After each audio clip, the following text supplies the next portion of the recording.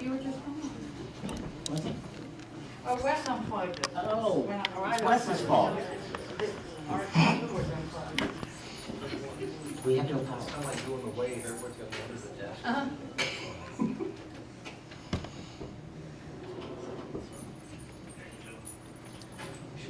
Now,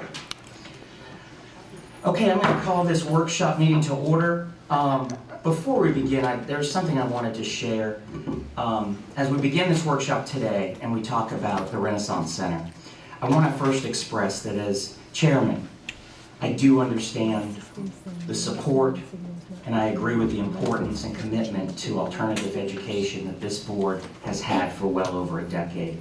And in particular, I want to mention board members Ms. Deutschman, Ms. Powers, and Ms. Bryant, and also board member at the time, Ms. Hemmel, whose commitment and investment to the Renaissance program brought the school from portables at Citrus High School to a building in 2005 to a building complex at Lecanto.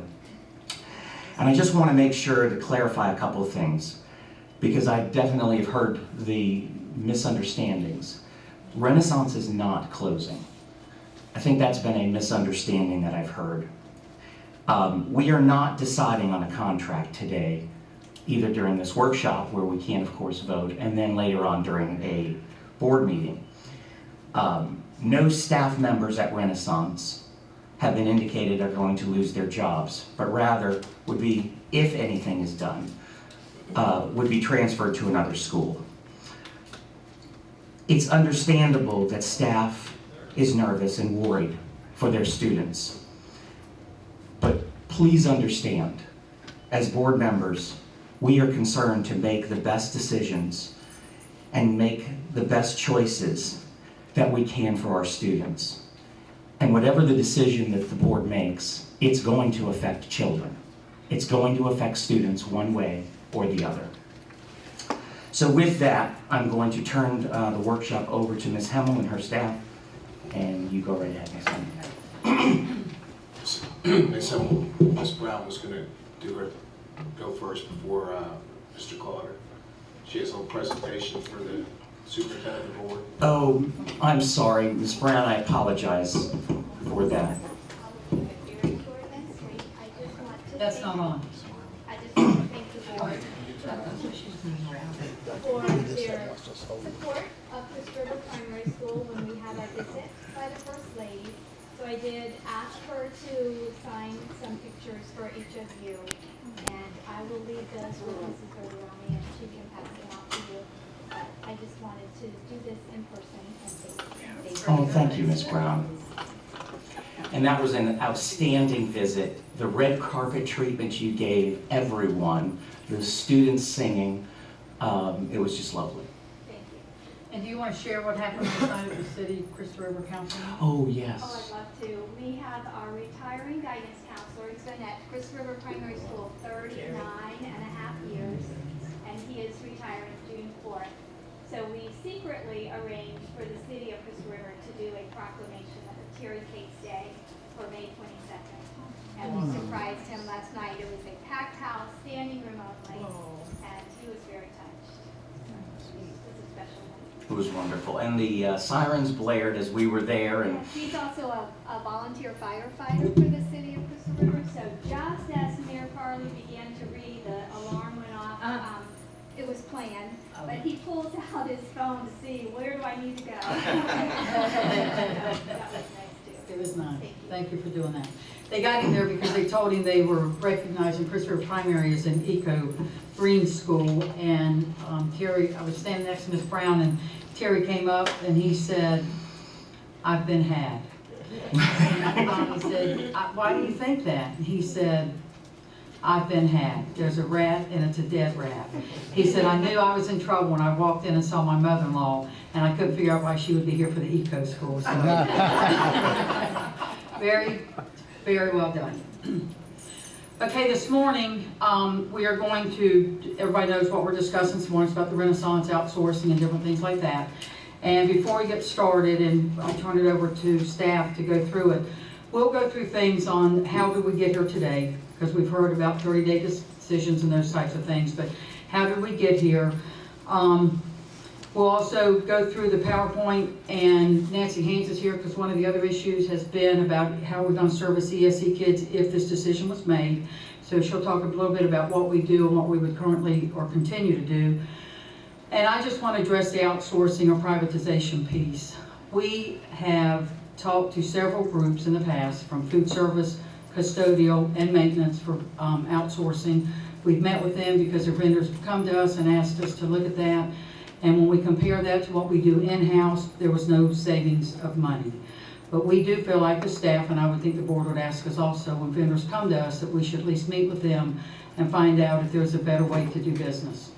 At the last board meeting or workshop, when we asked you all about sending a team up to Silver River in Marion County, the day after that board meeting, we had several groups call us and tell us that they would also like to come and give us proposals, or at least talk to us about what we were doing. So not only did we send staff to Marion County to go through, and they refer themselves, I think, as CERMI, staff also met with 2 or 3 other groups and visited another group. So Mr. Clotter will go through that piece of it.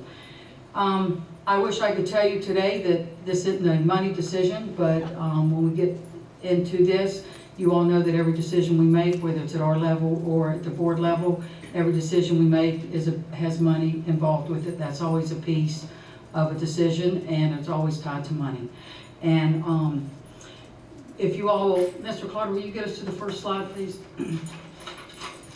This is just a short, sweet summary on how did we get here today. You all know for the past couple of years, Mr. Blocker has presented us in the budget about our cost per student at every site where we instruct our kids.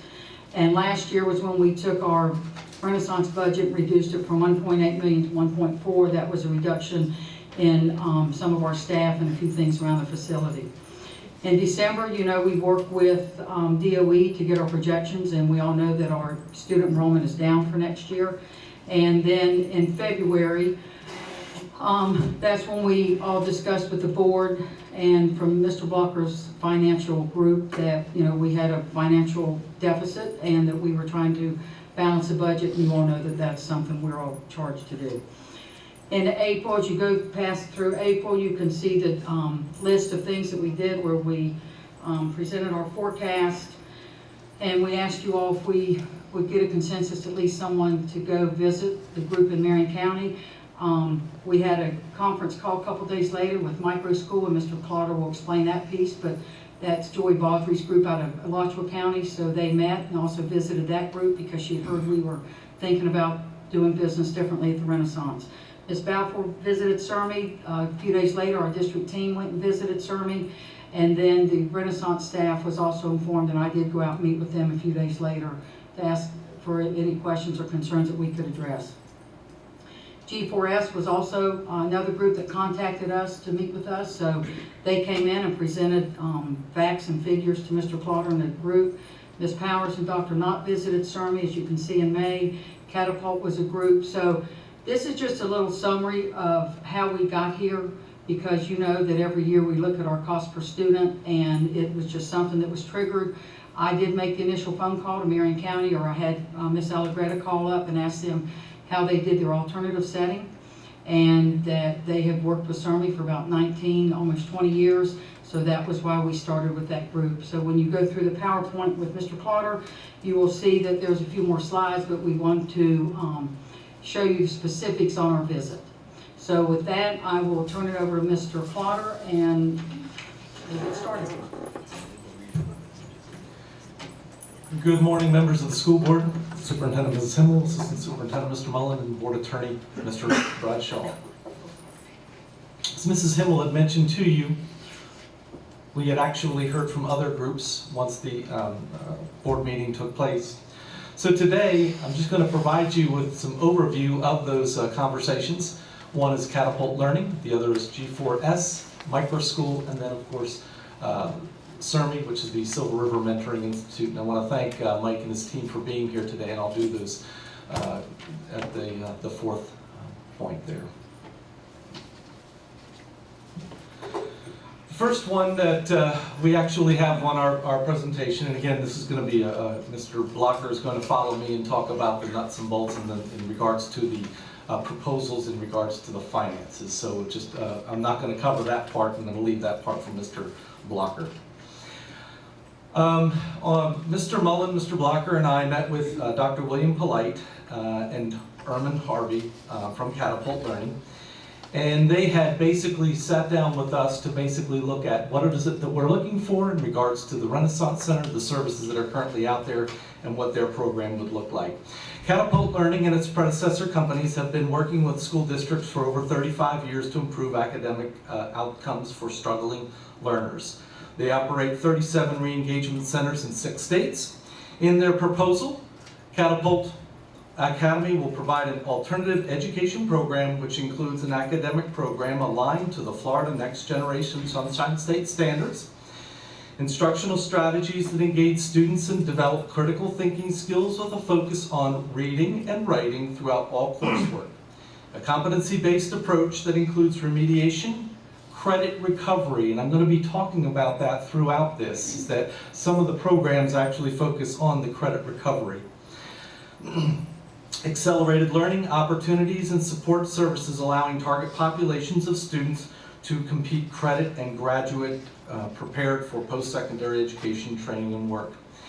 As I said in the first bullet, this is a blended learning. It actually combines live instruction and use of internet courses facilitated by teachers. Each student will be assigned with a mentor who regularly would meet with them privately with the students to discuss their academic performance and achievement, and also discuss what they call a success plan, a plan for success, and then if an individual education plan or behavior plan is in place, they will discuss that. The digital platform, again, is the majority of the delivery of the program for Catapult Learning. Again, their emphasis was course recovery for those students who actually have gone through a traditional school in a classroom setting and actually emphasized making up those credits. The next one I think you're familiar with, and this is G4S. G4S is, we actually met with Dr. Jerry Neely, who is the G4S superintendent, school superintendent, and has sites and programs throughout the United States. They are located currently in our Cypress Creek facility. They provide instruction at Cypress Creek facility to students in grades 6 through 12. Obviously, it is a combination of behavioral as to why they're there, and then also their academics. Each student is expected to participate in assessments to determine the academic functioning levels in reading, math, career, interest in mathematics. They would have in place a transitional specialist that would actually be responsible for developing an academic improvement plan for each newly admitted student while maintaining communication with the school's guidance counselor at the intake or exiting of the program. This will be based on pre-tests and other data that we currently have in place in Citrus County, and that is FCAT, FAIR, Maze, and other sources. At least monthly, each student will be provided a progress report to the parents and to their students in the areas of reading and mathematics. G4S will employ an incentive and reinforcement program to promote attendance and encourage positive behavior. The next program that we talked about is actually a program that we have been contacted by in the fall of this year, and that is a former teacher in Citrus County. Her name is Joy Baldry, worked at Citrus High School for many years, then actually Cypress Creek, and now is with a program called Micro School. She actually has a variety of sites, schools, and one of the schools that Mr. Mullen and I actually traveled to visit was in Alachua County, and the principal's name is Randy Starling, and Joy met us there, and we actually toured the program. They actually work with students in grades 9 through 12, and they are strictly a course recovery or credit recovery program for students. So if students actually attend Alachua County's high schools and are not successful, their recommendation will be for students to attend micro school, and they have a kind of a combined delivery model, and I think that Joy put it best, and that is a teacher-directed, computer-assisted program. They emphasize the Common Core transition that they're making, engaging students into their curriculum. So again, it's a combine of, we saw the students when Mr. Mullen and I were there as we toured the classrooms, we saw the students engaged in computer programs, but they do have small group pullouts. What I found interesting about the program was that they actually will work through all of their math credits first for high school graduation, then they move on to English, then they move on to science and social studies. So it's kind of interesting, they stay with their content area. They are actually in the classes for 3 periods a day. They actually work on programs such as ESOL, Great Leaps, tutors from colleges do actually come in, work with the students in order to be able to assist with their ACT, SAT, again, FCAT, but they look for those concordance scores on the PERT and the other tests. They have an avenue for intensive in math and reading, learning. They have right now a maximum enrollment of 250 students, and we're coming and going. Very, very structured program as they enter into the school. They leave their cell phones and other devices in a specialized locker, and then they report to their classes. They do have a uniform, if you will, dress code for their students. Again, emphasis is on 9 through 12 and credit recovery. It is something that Mr. Mullen and I did talk about throughout the whole process that we go through, that it is one program that we really look at in order to be able to meet the needs of our students in Citrus County. These are students that are 17 or older, maybe up to 24, that actually are getting their high school diploma or their GED through this program. So again, the emphasis wasn't on behavioral, but more on reclaiming those credits. Again, as you know, the visit that we took to Silver River Mentoring Institute actually was with Michael Nebesnik and as the executive director, and I thank him for being here today, and Principal Heather Neeb is also in the audience today. We sat down, and that is the group that was in our group, or in our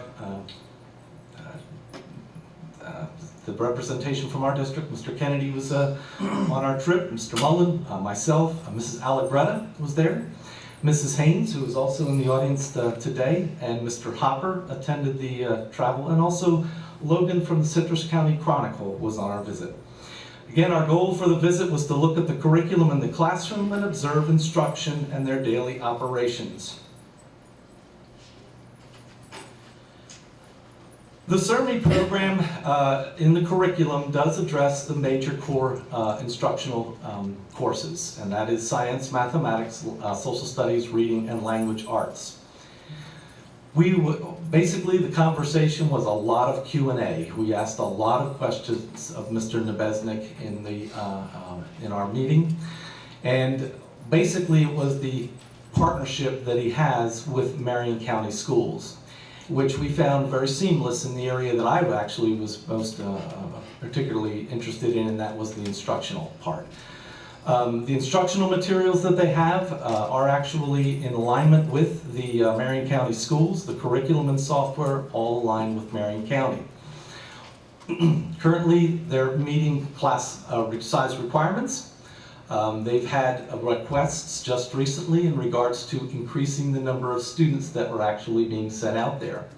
I'll talk a little bit about recommended and non-recommended in a minute, and you may have some questions for Mr. Nebesnik as we go along here, but just kind of currently 4 behavior specialists, or deans, what we would refer them as, current enrollment of 240 students. One of the classes that we actually visited first was this middle school fast track. Now, all of you are familiar with our middle school requirements for promotion to the high school. And so basically, we are not the only district that had some challenges in regards to this. Marion County has students in the middle school that just seem to be not meeting those 3 successful years for math, science, English, and social studies. And so they have a program at CERMI that basically looks at those middle school students that may be over age, what I think we refer to in our student progression plan is behind their cohort of maybe 2 years. We basically walked into this classroom, again, well-organized classroom. Students were working independently and were working specifically for the transition and promotional requirements for high schools. Our comparable to that is actually going on in our classrooms in our schools right now at the middle school. You know the program E2020 or Edgenuity. We use that as a valid instructional delivery for our middle school students who are actually behind their cohorts. And that is one thing that we use. But again, very, very first impression, first visit, and it was a good classroom to go through. These are just, again, some notes, functions with a minimal office staff. We actually were visiting on the day that they were actually administering their state mandated tests, whether it be EOCs, the end of course exams, or the FCAT. They operate their own transportation. A lot of the conversation that we had in this is that this is what they attribute their attendance rate. Their attendance rate is high. They do have a door-to-door service, so it ensures that students will actually be picked up at their school. They'll be with the same students on their bus, and then be delivered directly to their site. They do actually conduct a drug testing program for students. It is at no charge. I believe they have a partnership with the Salvation Army that actually pays for that. Marion County does have centers in regards to counseling and support. They provide a part-time counselor for CERMI, so again, very similar to the program that we have at the Renaissance Center right now, where our centers are out with the schools. There is an exit program, an exit. The students actually have to maintain nothing lower than a C. So and I'm talking about transition back. Again, what Michael had told me is that he actually does attend the Marion County Assistant Principals meetings that they have at the district level. In regards to meeting with the principals for discipline, they have a good communication back and forth with students for entering CERMI and then exiting CERMI. Their criteria for exiting CERMI would be to have nothing lower than a C average in all of their subjects, a 90% attendance rate, and then no referrals in a 45 or 30 to 45 day period. That would be their recommended exit for students actually going back. They have a non-recommended which would not comply with this criteria. Therein, what Michael had explained to me was that when a student actually goes back as non-recommended, there's a clear understanding by that school that there is a RTI, or response to intervention process, in regards to behavior, to be able to monitor that student's transition back to the school. Just looking over my notes again to make sure that I've covered everything in regards to CERMI. Again, what really kind of struck me also as part of their curriculum is that field trips are not only part of their behavior, but it's also a major part of their curriculum. Their science classes were actually out that day, and they were visiting a nearby area in regards to, looking at enhancing and supplementing their curriculum. So field trips are actually used in both of those cases. So I thought that was an interesting part. Again, the classes that we went through are all very well maintained. They have a computer lab that is relatively new, in which they actually have all of their administration of their assessments in there. Mr. Clotter, before you turn this over, I'd like to open it up to the board to have a conversation with you so that you have that. So I want to give the board the opportunity to have that. To do what? If you had any questions or if there's any thoughts that you had before we moved on to the finances at this point. I have a quick question about transportation. Is there a monitor on the bus? No, I believe it's just the bus driver that's on the bus.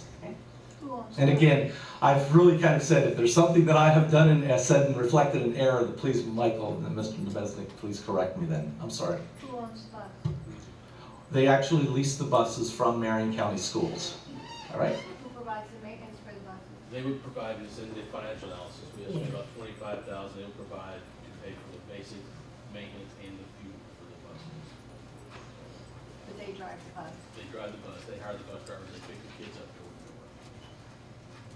to Don't we pick up kids door to door? door. No. As far as I know, we bus kids to and from school, right? We do. We don't go exactly to their door, we go to the nearest intersection.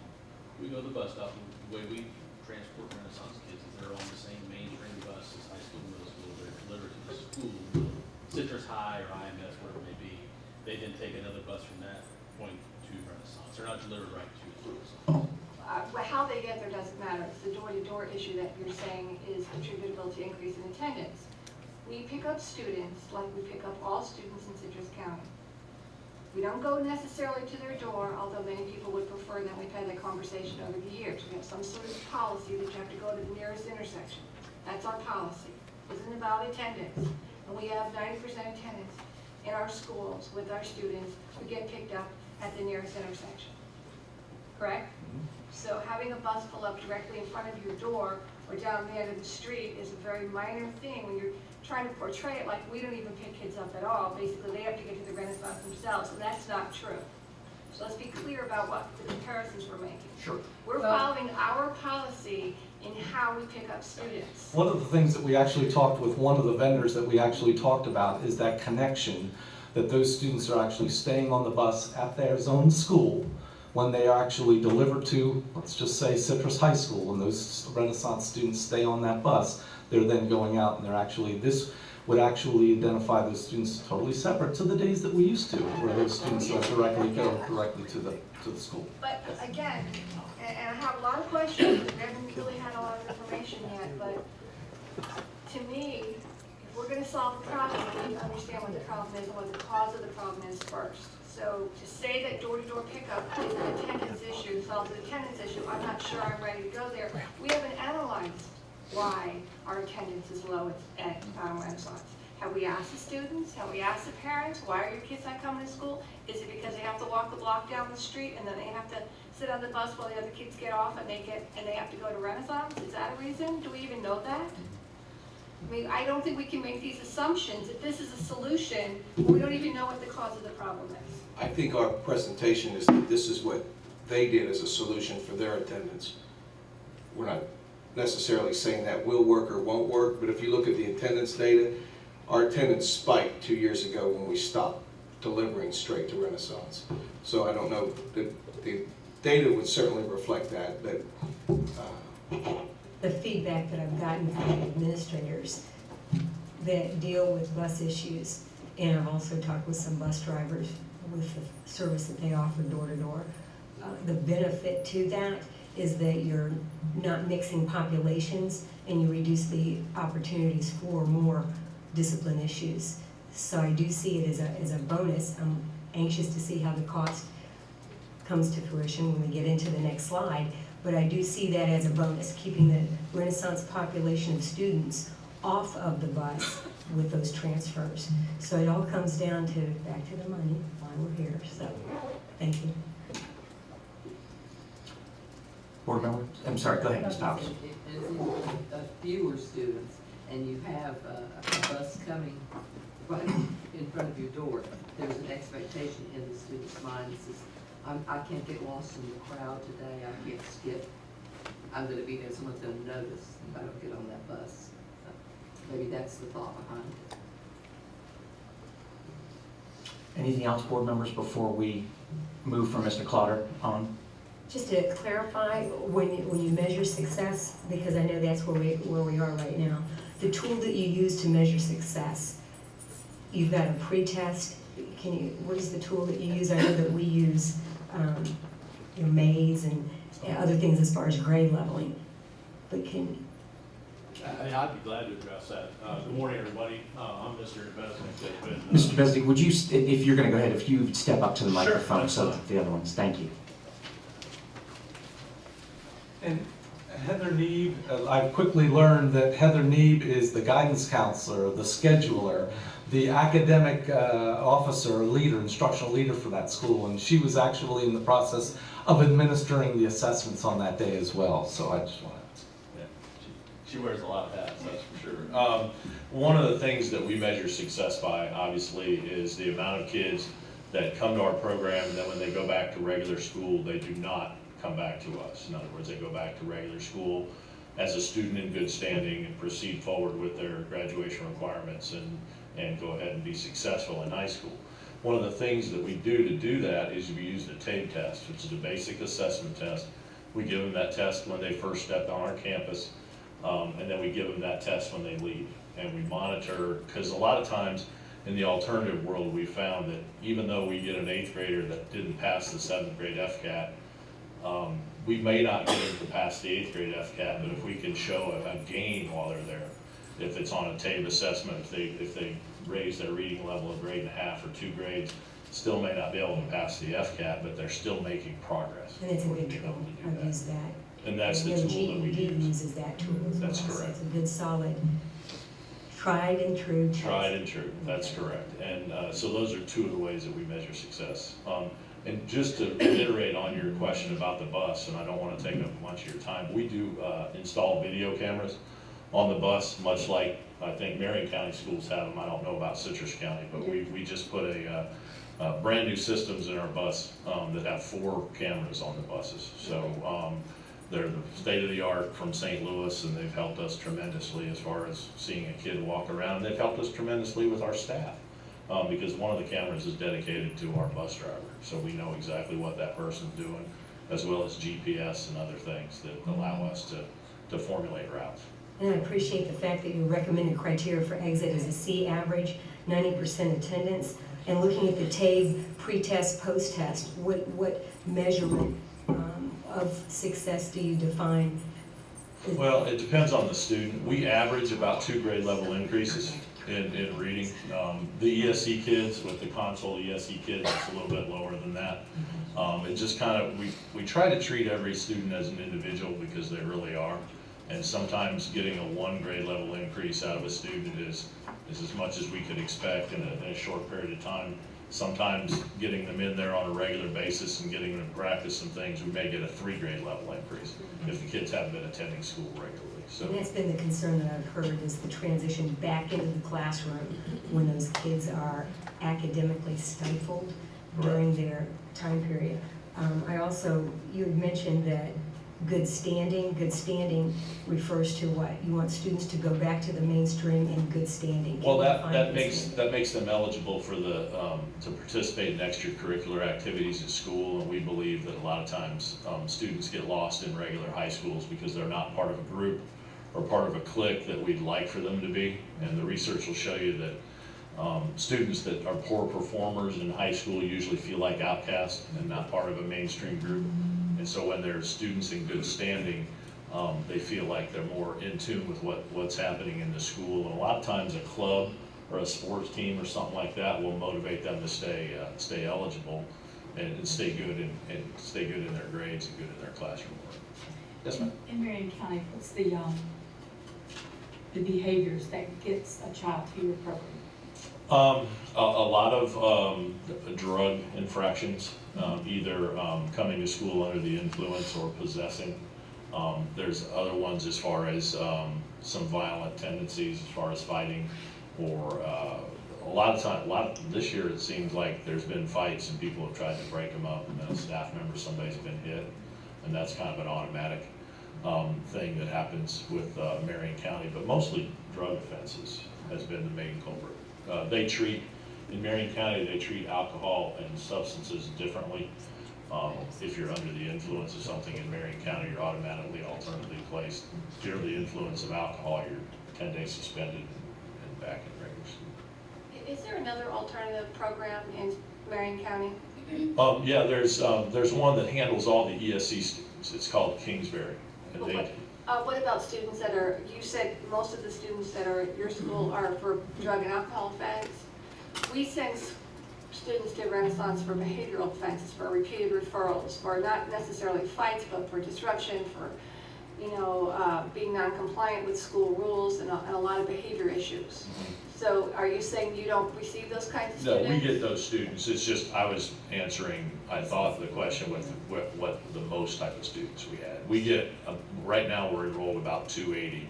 And this year, over 50% of them have been drug infractions.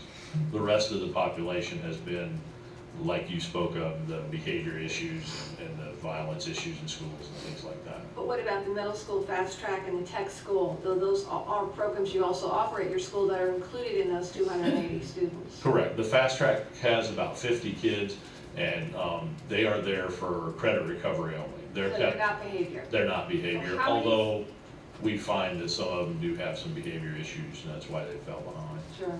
How many students do you think of your 280, though, are there strictly for behavior? 230. We have about 50 fast track kids. Even the tech program kids were behavior kids initially. And what happens usually with those kids is they come back they come in so credit deficient that once we fix the behavior, we move them on to our virtual school component to try to get them caught up. And they've shown that the behaviors that brought them to us have been pretty much fixed or concealed during the time that they're with it. So if a student is at risk of not graduating on time or with their cohort group, and what did you say, they were 17 years old or whatever? We used to have a school like that here called Horizon. And the students were able to go there and make up their recovery, but they were not there because of behaviors. We kind of separated the two. The credit recovery was one issue and the behavior was a separate issue. So we've identified a Renaissance not as a credit recovery school, but as strictly behavior school, and then we included the drug and alcohol program like 5 or 6 years ago, because we were finding that we were expelling kids out of school, and I'm sure we all agree that's not a good solution. Especially for those kind of kids, it was their first offense, they'd never gotten in trouble before, and it was a good learning experience. And I think we've had very little repeats in that area. So I guess I'm just wondering what the parallels are in the way the program and the types of students you receive with Renaissance. So I hear you saying you offer more services than we do as far as credit recovery, but primarily all of those students come with their own behavior issues as well? Yeah, a lot of them have. We're working with the schools. I mean, they are definitely overage middle school students that we get. Now, the overage is because they weren't able to complete their units. The reason they didn't complete their units is a variety of reasons. Most we found it was because they weren't highly motivated, and they didn't have the proper attitude. They had problems with listening to a teacher and taking instruction. Some of them have been, we've had children there that had an illness for a year. I mean, there's a whole different group in that particular section. Those kids are self-contained. The only time they even see the other kids is on the bus ride. Otherwise, they're totally kept separate from the behavior side. Now, if they go in and try to disrupt our fast track program, the district has given us the authority to go ahead and move them to our behavior side, because that's probably where they needed to be in the beginning.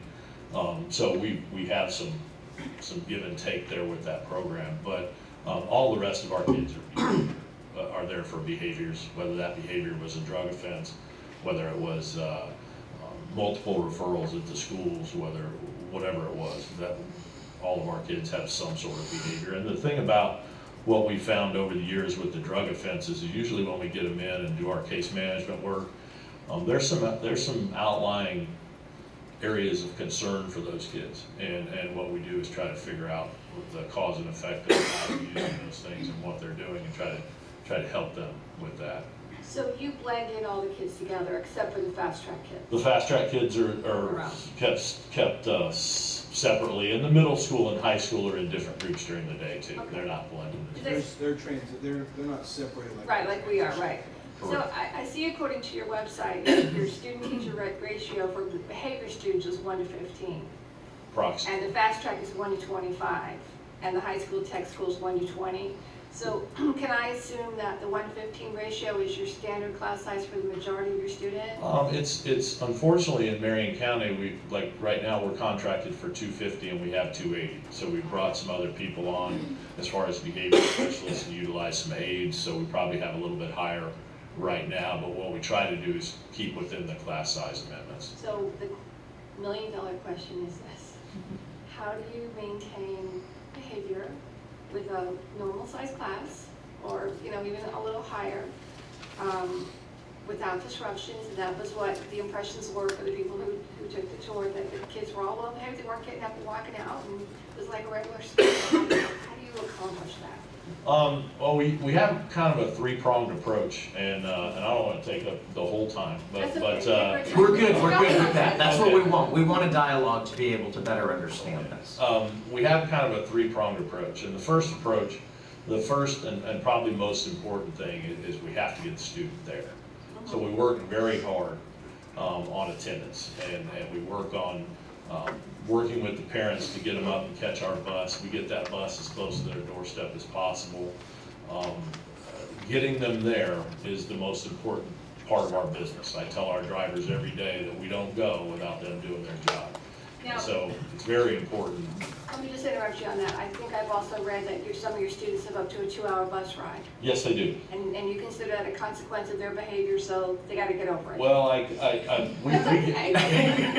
basically, yeah. I mean, that's kind of the deal with Marion County. Now, we don't anticipate that being the case in Citrus County, because the county's not near as large, but that's just kind of the deal in Marion County. If you live in the far regions, and we're right in the center of the county, and so if you live in the far regions, you're gonna get to know our bus driver real well, because you're gonna be spending a lot of quality time with them. But yeah, but again, they have an opportunity to work their way out of that situation. I try to hire people that can really develop a relationship with the kids. Well, the second part of attendance and our philosophy on changing behavior is there has to be a bond between the student and the teacher, and our deans, and myself, and our principal, and our business manager. There has to be a relationship. And so when that kid doesn't want to get up in the morning and is dragging around and doesn't feel like going, well, I need to go because my reading teacher is going to really be mad at me if I don't show up, or my social studies teacher is going to call the house probably and figure out where I was, or Mr. Mike was going to talk to me at lunch today about such and such. There's a whole, but you have to develop a relationship with them, and then you have to also have those people role model the type of behavior that you want those kids to exhibit, and that's the big thing. You have to have staff that's motivated, they're enthusiastic to be there every day, and they want to be in that alternative setting, and then therefore the kids will want to be in that alternative setting. And those are the big things that we try to do as far as building a team. You need people that can build relationships with the kids, role model the proper behavior, and then get those kids to want to come. You know, the biggest problem we have in Marion County, in my opinion, is kids that want to stay. You know, and I know the Renaissance Center probably has that same issue. There's kids that want to be in a smaller size school where everybody knows their first name, as opposed to in Marion County, we don't have a high school under 1,000 kids. And it's very easy for kids to get lost in a school that big. And so those are the building blocks of our behavior modification system. So tell me, attendance was one, hiring the right staff with a passion and commitment to kids is second. So is the third one then getting the kids to want to come to school? Is that? Well, another role problem? modeling, I think Role the modeling. staff that are role modeling the behaviors that we want them to exhibit. In other words, it doesn't matter how mad that student is or how upset that student is about whatever. My staff keep their calm, they look them in the eye, talk them off the ledge, so to speak, and redirect that behavior so they have some skills to be able to go into that. And along the lines, usually we find out what's really bothering them. I mean, kids are still kids. When something really is bothering them, it usually has nothing to do with school. It usually has everything to do with what happened over the weekend or what mom and dad are going through, or it could be a variety of reasons. But usually, you know, getting down to the crux of what the kid's issue is that day is first and foremost on our agenda, and getting to know the student. The positive reinforcement behavior that you do with field trips, and tell us a little bit about that, because that's another issue that we've kind of missed in our own school, I think. Well, I think we have a couple different things that we do. We have what's called a green, yellow, red behavior modification system, and it sounds real easy. It's a traffic light, but not everybody follows traffic lights. And so the green means they're good to go. The yellow means that because the kids have to go through that whole process before they even get sent out of class. In other words, they get a warning, a yellow, and then the red actually gets them sent out of class. And it's for the same behavior. And the kids all know it. And towards the end of the kids' stay, we even knock it down to where they're not allowed to get the warnings anymore. You know, in other words, you've learned the behaviors, you know these are the boundaries, you have to stay within the confines of those boundaries. And when you prove that you don't even need a warning in class, then you're probably ready to go back to your base school, because we've done, you've done your job as far as correcting those behaviors that got you sent here. You can respect authority and follow the rules, and now you're suitable to go back into a regular classroom and progress.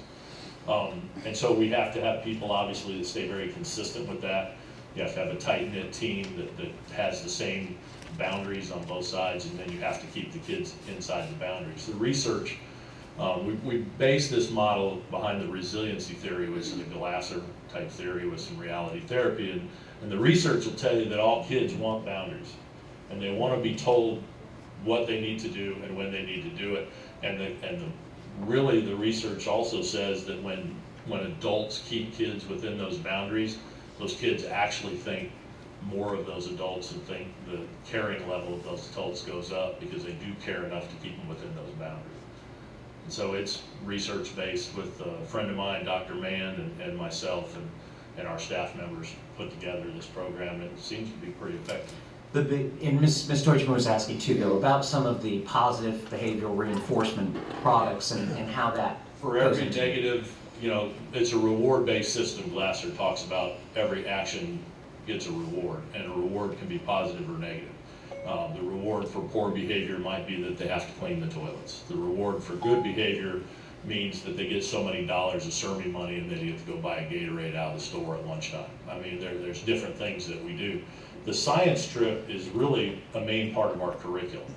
And what it is they do their book work, so to speak, for lack of a better term, curriculum. Then they go out to different venues and actually get to see hands-on what those science lessons are, whether it be the National Forest, whether it be Paynes Prairie up in Gainesville, Orange Lake. Depending on what they're working on, they'll go do that trip. Now, if those kids are not, if we don't trust those kids to go follow instructions with 2 staff members out in the community, then they don't get to go.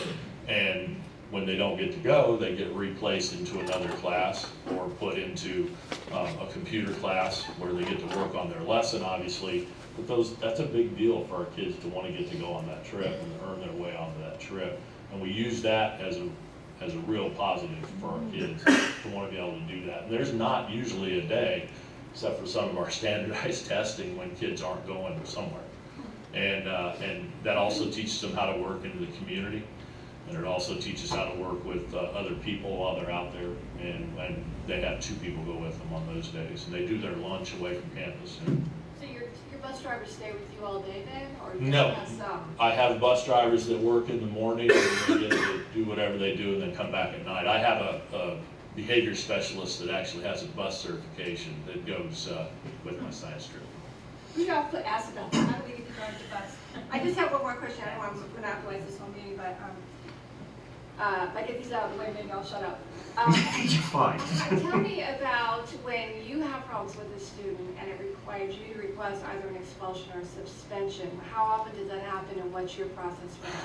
I think this year maybe we've done 3 expulsions, and usually we follow the code of student conduct. So if somebody was expelled from their public school with services, which would be us, for a drug offense, and then they decide to bring drugs onto our campus, which did happen this year. It was the first week the kid was there. We were on alert that it could happen. It happened. We caught him, and then he was expelled. And it should have been without services, but what we did is we expelled him with virtual services, which meant that we're going to provide some virtual services for that kid, but he's not going to be brought onto our campus. In the meantime, we worked with the parent. One of the kids I know went into residential drug treatment because we worked with the parent on that to try to get him a spot through the center's organization to get him some help. And then what we did, and again, about the relationship with the district, I told Mr. Vianello, which I believe is the executive director counterpart to Mr. Clotter, is that we wanted the kid back on campus next year. And I didn't want him with this population of student this year, but we wanted him back next year to see if we could make the gains we need to make to get him right. And so a lot of times we might suspend a kid if we're not getting any parental help. So in other words, one of our big deals at our school, if they're acting out, is to stay after school. And that requires the parents to come and get them. And if the parent won't come and get them, then we kind of need, then I might suspend them until I have a parent meeting so we can set up how the parent and us are going to punish that kid for their behavior. And it used to be that we get a lot of cooperation with the parents, not so much anymore. But I think, you know, one of the drawbacks in Marion County, again, and I hate to talk about Marion County all the time, but if we've got a kid that's getting in trouble and it's a 40-minute ride to our campus, I can understand that parent not being able to come and get them after school. I don't think we're going to have 40-minute rides here. You strategically put the Renaissance Center in the middle of the county that's not as large as Marion, so we might have some better, you know, there might be better success here than there is there as far as just the geographical size of the counties. We also offer a Saturday school program for parents that work and can't come and get their kid. But we have somebody there till like 6 o'clock at night. So if the parent says we get off at 5, that's no problem. Come and get them at 5:30. We'll work them the whole time. And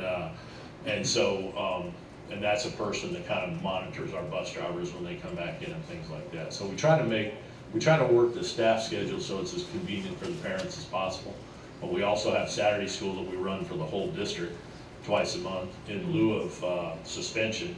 If they agree to come to a Saturday school and go through our Saturday program, maybe we can slow down the number of referrals that we're actually getting currently here. And we use that for our kids too. What's your biggest challenge that you face at your school?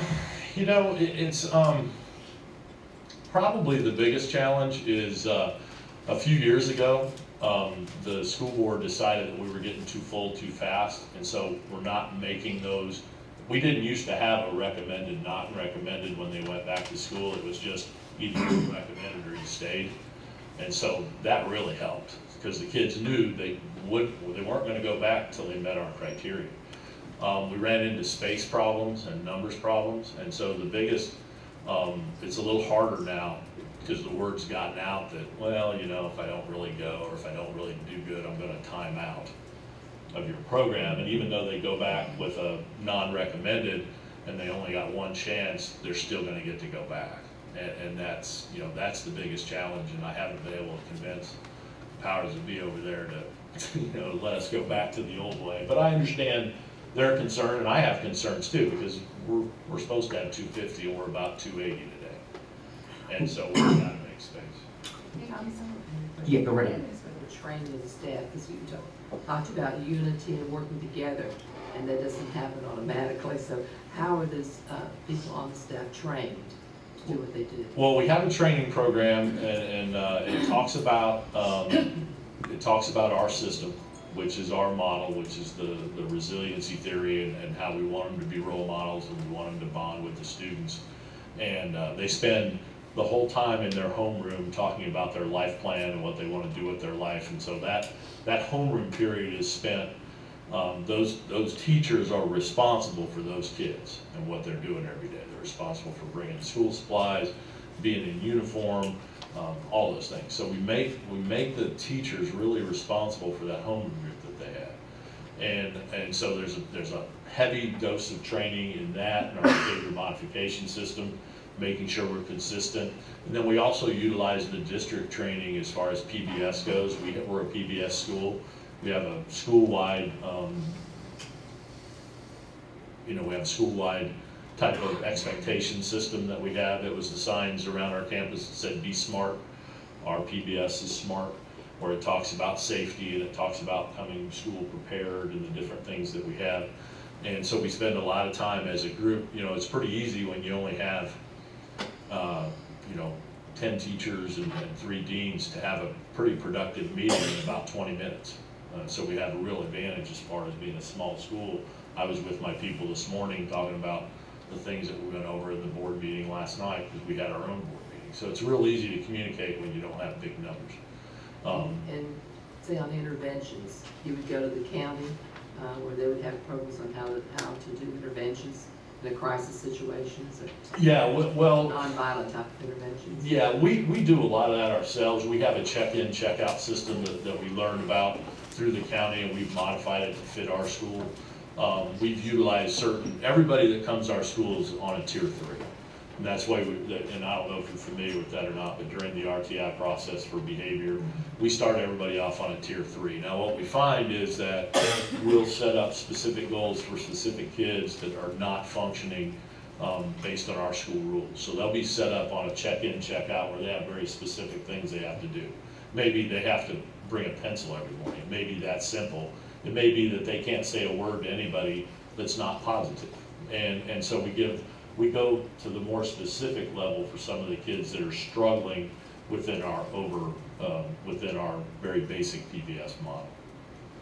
Can I ask, is there any data, any tracking at all from when the students are exiting your program and they transition to their base schools? Is there any data that we can reflect on as far as repeat offenders, for lack of a better term? We did do a study, and it became more difficult when the district went to SMS, the Pearson data entry model, because we didn't have access to everything that we had before, but we're gaining access back. Ms. Neve is gaining some access. And Danielle did a quick study, and that's our business manager, Danielle. She did a quick study of last summer. We sent, I think, 74 kids back to regular school, and only 10 of those were sent back to us. That's success. Yeah, and those kids were the recommended ones. The non-recommended ones, we didn't do the study, and we're going to do it again for the middle of the year. Is there a transition, what I'm seeing a need for, I'm hearing from people that are communicating their concerns, that once we exit the students from whatever the alternative program is, that sometimes the curriculum doesn't match what they were successful doing within the Renaissance when they're in their mainstream classroom, because of the time, maybe it's the time that they released. It's just, we don't have a seamless connection from the Renaissance classroom to the mainstream classroom. There's something missing there to ensure success. Well, one of the things I advocate is to only put kids back at semester, and I know you don't do that right now. You need to look at that. But I mean, it's one of the things that I advocate is the semester breaks. I think that helps us. I think when you put them back at 9 weeks, it's too fragmented, and semester, especially over here, because you guys were, in my mind, prudent enough to get your semester done before Christmas break. I mean, that's wonderful. Over there, we take a break and then come back for 2 weeks, and then the semester's over. So, but I think sending kids back at semester gives them the best chance. And we get parents that say, well, I only have to do 45 days. And I said, well, it's in your student's best interest to stay the rest of the semester, because then they come in with a clean slate. So I like that semester model. In our dialogue, you mentioned that you're trying to get away from cutting unit credits, and maybe I misunderstood when we talked, and looking at trying to make that a seamless transition. If they exit your program with a credit, when I taught a competency-based program, I was able to, because it was competency-based, you reach that level of competency, here's your credit for English 3. And then you could go back and fill in with an elective or something else that would be palatable. We work really hard once we fix the kids' behavior of getting them back where they're supposed to be with their cohort group. Now, we have to fix the behavior first. Right. But if we find that we fix the behavior and let's say they really had a bad first semester, this is the best example I can give you. They had a bad first semester, they were suspended all the time, they were in trouble, they failed. They get sent to us the end of that first semester, and we get them going in the right direction for the second semester. What we do then is, once we fix the behavior, we give them that first semester class while they're doing the second semester class. And so they can get back to where their cohort group is in the pupil progression plan. Okay. And that adds to your recommended criteria list. That's C average, 90% attendance, 30 to 45-day clean behavior, and 1 credit away from being on track with cohort. As close as we can. Okay. One thing I was interested in, I asked the people that I knew in Ocala who had received your students, because I wanted to see, okay, after they leave that school, after they graduate from high school, and now they go on to college, get a job, whatever, do these students like return to the old behaviors? And they told me no, that it's like the new behavior, the new way of thinking, the commitment to goals was there. It was, they took what they learned, transferred it on to what they were doing now at the college or in a job, and they were exemplary. They followed the models you helped to develop. One of the things that, and we can't take all that credit. I mean, if they went back to public school, there was some people at that public school that really took interest in them and kept going with what hopefully they started with us. One of the things we used to have great success with was the GED program. We still actually offer the GED exit option program, sort of, because it's not there anymore. The state doesn't recognize that as a school district success any longer, although some kids are so far behind. We have a GED college scholarship program, and we still have some kids that do that once we fix the behavior, and it would be kind of a waste of everybody's time and maybe money to put them back into high school when they're 18 years old and have less than 6 credit. And instead of sending them to the adult education center, which is this big kind of scary place with 25 and 26-year-olds there, and we kind of nurse them through a GED and then send them on to CF with a scholarship that we have through our Stan Davis Scholarship Fund. And those kids really do stay on track and do what they need to do. And we take real close, we're very proud of those students. Now, there's a lot of other people that have touched those kids' lives. We're not going to take credit for them to go on and be successful because it's a lot of their doing and what they do. But the public school had a lot to do with that when they went back and received them as one of their own and kept them engaged in school when they went back. You all were complimented very much about helping to instill those values as goal orientations in the children. And that's the personal satisfaction is when I see kids come back and they still remember me because I've been there for so long, and they come back and visit our staff and our people. That's kind of cool. They have their own kids, their own families. I mean, it's neat. Ms. Deutsch has. Excuse me, teacher certification.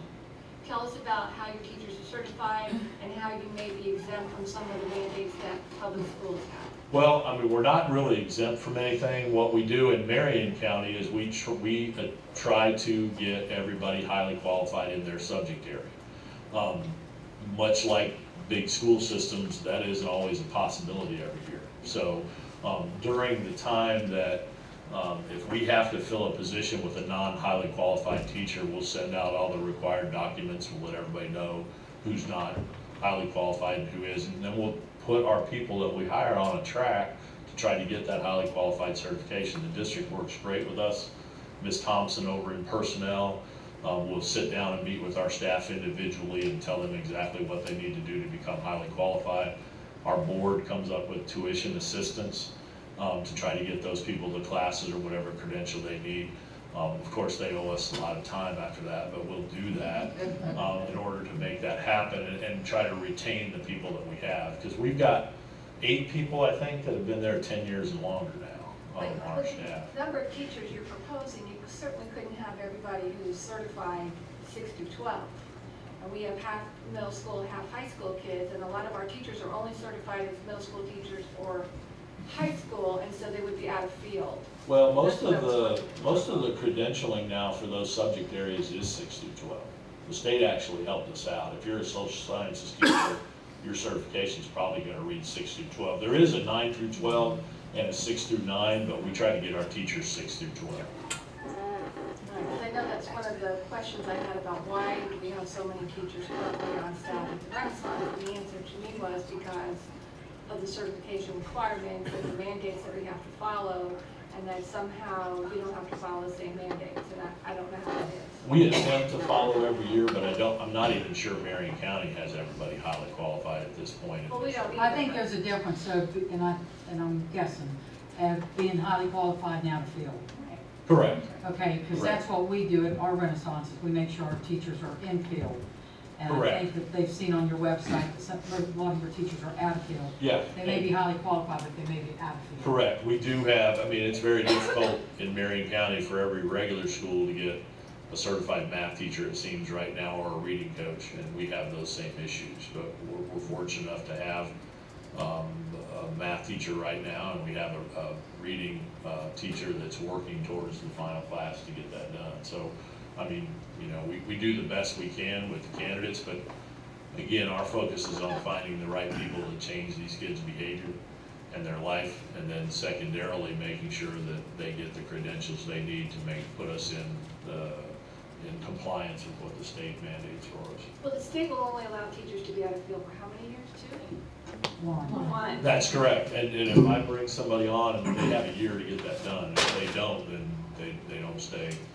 So your expectation then would be that if you have a science teacher, but you only have a slot for one science teacher and they've got to teach 6 through 12, your expectation is that they will become certified in 6 through 12 within that first year of teaching, or they can't stay. With our assistance as far as tuition and other things like that. But you yes. wouldn't hire 2 teachers instead. And I think that's maybe what we've done.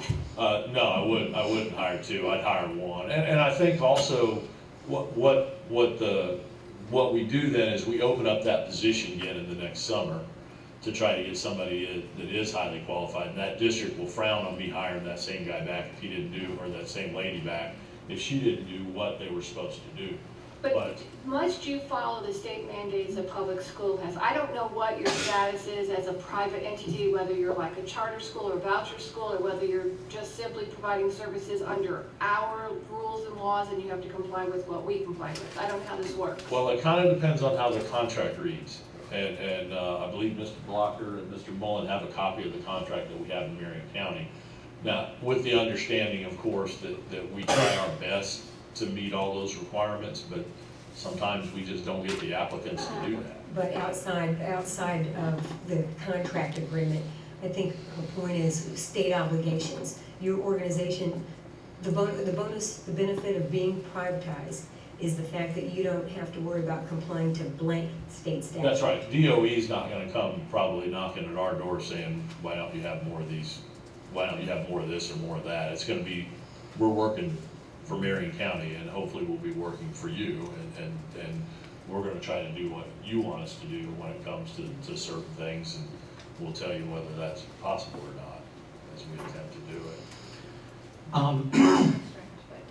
I mean, the sad part about this is that we can't do what you can do because of the state mandates, but we can hire you to do it for us. So that doesn't even make sense to me.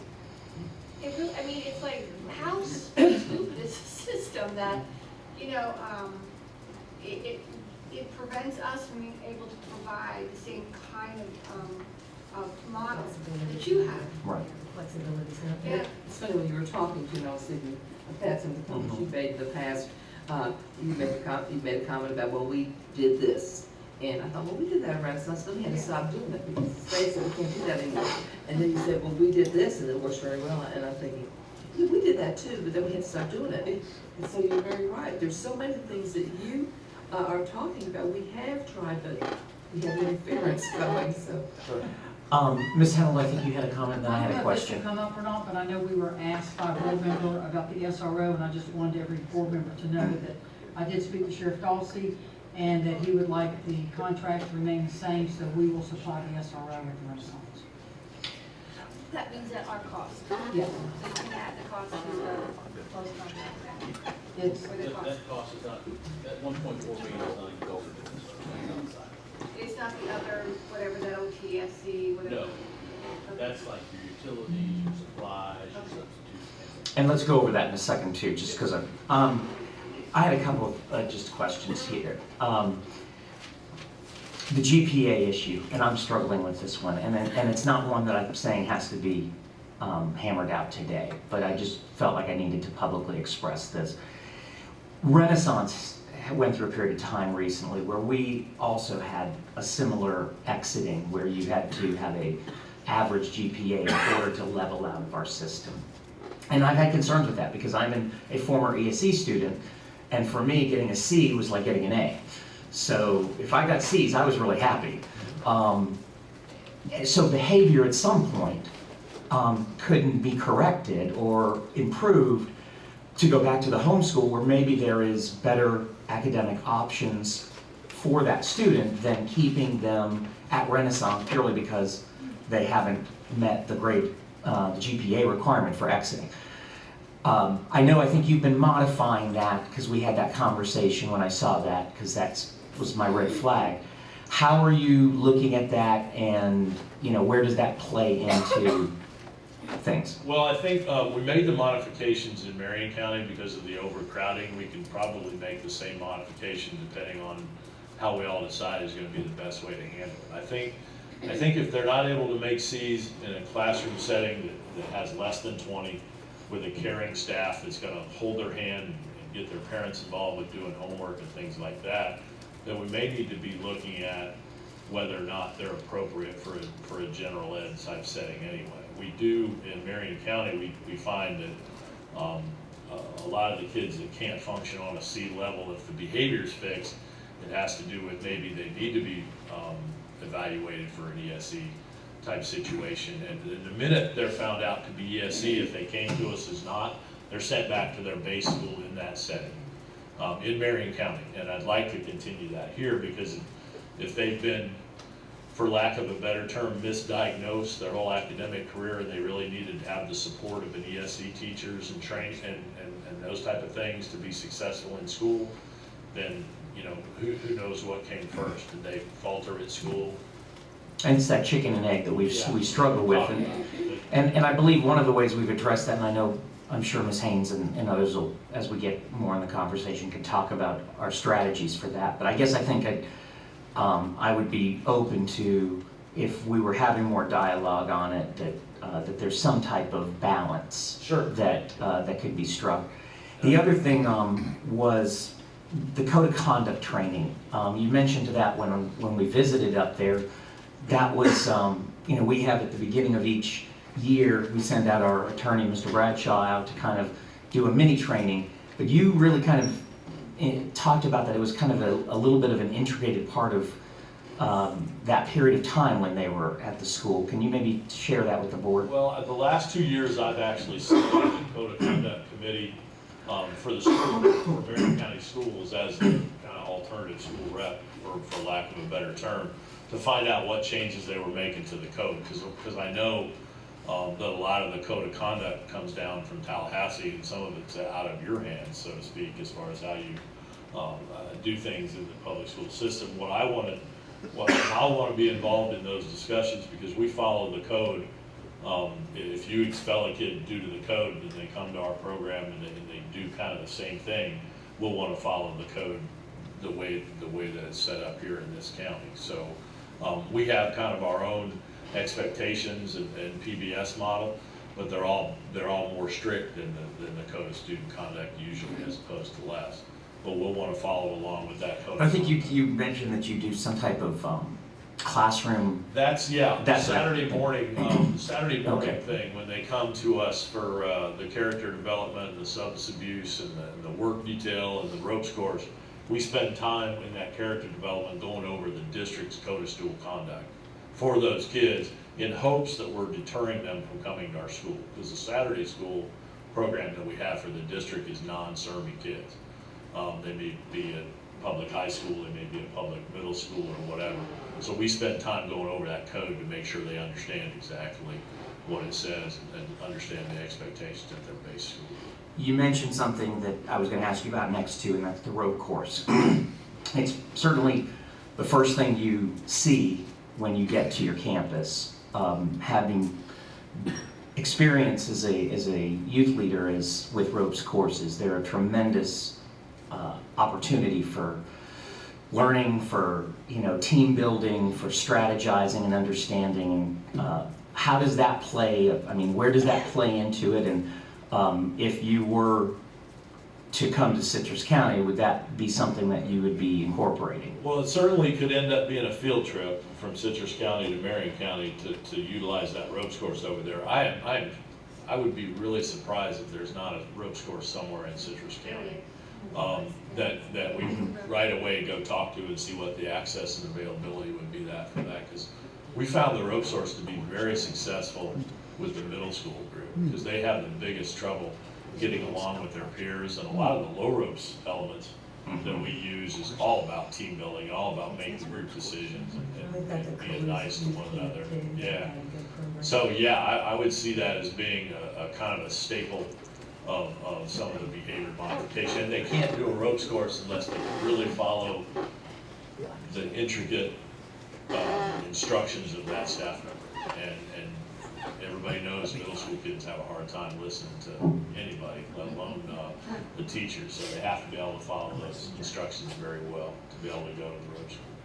Thank I'm you. sure this is gonna be answered as we move across with the cost analysis, but somewhere along the line, the funding of the Saturday school, it may be on the next slide, but I do wanna know how, since it is open, I can hear some administrators out there that are listening going, yay. They're having that option again. I know a lot of schools had to suspend it internally because of whatever reason, lack of funding, lack of support with faculty signing on for that duty. Also, there was a problem with, you did something horrible on Monday, not to point to Ms. Bryant here, but you did something horrible on Monday, you'll be punished on Saturday. Yeah. Consequences need to be timely. Quick. I was in the middle school for 28 years. I know what you're talking about. Yeah, the Saturday school, I think, it has been effective for schools and parents in Marion County because it allows to get away from that kid that say, hey, you know what, I want to be suspended because I want to be home for 3 days by myself. And a lot of times that's not the best way to handle that. So even though it's a delayed consequence, the consequence is they have to be at school the next day. And so they're not allowed to have free reign of the house with mom and dad at work for 3 days I or totally agree. 5 I or don't something. like So I sending think, kids home. yeah, so I think the consequence is that. But your Saturday program also is geared at educating them about their behavior. That's right. And it's, It's not just a holding tank. punishment. hopefully it's a prerequisite. That's good. Yeah, and it's a prerequisite for them not to come to us. I mean, a lot of times if kids are getting that much trouble at school, they're heading our way, and we need to do something to stave off in Marion County the numbers that That's we a have. good strategy. So it was, and it's something that we initially funded through a county grant, and then the grant went away, like so many of them have. And we've just kind of absorbed that into our school district contract, not really with extra money, but with some extra staff commitment, so to speak, with our behavior specialists and some others. Board members, if there's no objection, you go I ahead. just want to ask you one question. Tell us about your background. Oh my, may not have time. I actually started teaching in Illinois back in 1985, and they were laying off teachers then. And so my wife then and I moved to Texas, and because they needed English-speaking ESC teachers, and that's what she was. And so we moved to Brownsville, Texas, and we were running out of money, so I applied for a job at a alternative school in Texas, and basically I've been doing that ever since. I spent some time in Punta Gorda running, the program in Texas and the program in Punta Gorda were both residential. And then the company that I was with, Associated Marine Institute, that you kind of move up and move out. And so we went from Brownsville to Punta Gorda to Sarasota to Newport News, Virginia. And then back to Ocala, where I started the AMI program and the alternative program in 1993. And then in about 2005, we broke away from AMI. I don't know, Danielle keeps me, the years have just gone too fast. In 2007, we actually broke away from corporate. The board of directors at CERMI and myself wanted to get a new facility, and we wanted to build some group homes, and we wanted to help foster kids, and we wanted to buy some apartments, and the home office wasn't too crazy about that, so the board asked me if we'd break away and start our own company, and that's what we did. So then this alternative program at Marion County is not the only thing that you all do? No, we have 2 properties right in front of our school that most of you saw. There's a boys group home and a girls group home, and we actually partner with the Arnett House there to provide staff for those. We have 6 boys and 6 girls in foster care, and then when they age out of foster care, we actually manage an apartment building halfway between us and Arnett, where we have 12 apartments for those 18-year-old kids to move on and have a chance to get their feet on the ground and make something of themselves. That's our discussion sometimes, is our heartbreak when we know these kids age out and have nowhere to go. Yeah. So I know that we approached you as far as coming to us with this proposal. I don't think you were necessarily seeking to expand your company, what is your capacity then to do that if that's the way we decide to go? We've had, my board and I have had some major discussions about that, because my board was concerned about any fall off we may have in Marion County, and for lack of a better scenario, just making sure that we didn't spread our people too thin and be able to do that. And I think we have a plan that will guarantee that we maintain what we've been able to do in Marion County, and give all the attention that Citrus County needs to get off to a good start. With the help and the partnership of you all in the district, I think we have a plan in place. We've got some personnel in Marion County that we're gonna wanna bring over for some positions. As part of it will be to help role model what we want the other staff to look like, and what we want them to get. But I think we have a good plan in place for a smooth transition into that. And what would be your involvement and Ms. Neve's involvement? Ms. Neve and I will, we haven't really negotiated all that out yet. But Ms. Neve's gonna have a prominent role with the training of the principal that we hire for any new facility that we would have. And then I'll be kind of in between, probably half and half right now, because I've got people in Marion County that really take care of business, whether I'm there or not. Thus me being here at 11:30. I'm supposed to be in the lunchroom right now. So, but we've got people that can take care of that stuff for us. And it's really an opportunity for some of my people really to step up and have an opportunity for advancement and things like that. So, and also to see who's gonna take my place. So it comes kind of at a good time. Because none of us last forever, right? Like your legacy. Maybe. Board members, if there's nothing else for the moment, what I'd like to do is transition back to Mr. Blocker then, and then we'll continue on, and nobody's going anywhere. We've got a deputy there. All right, very good.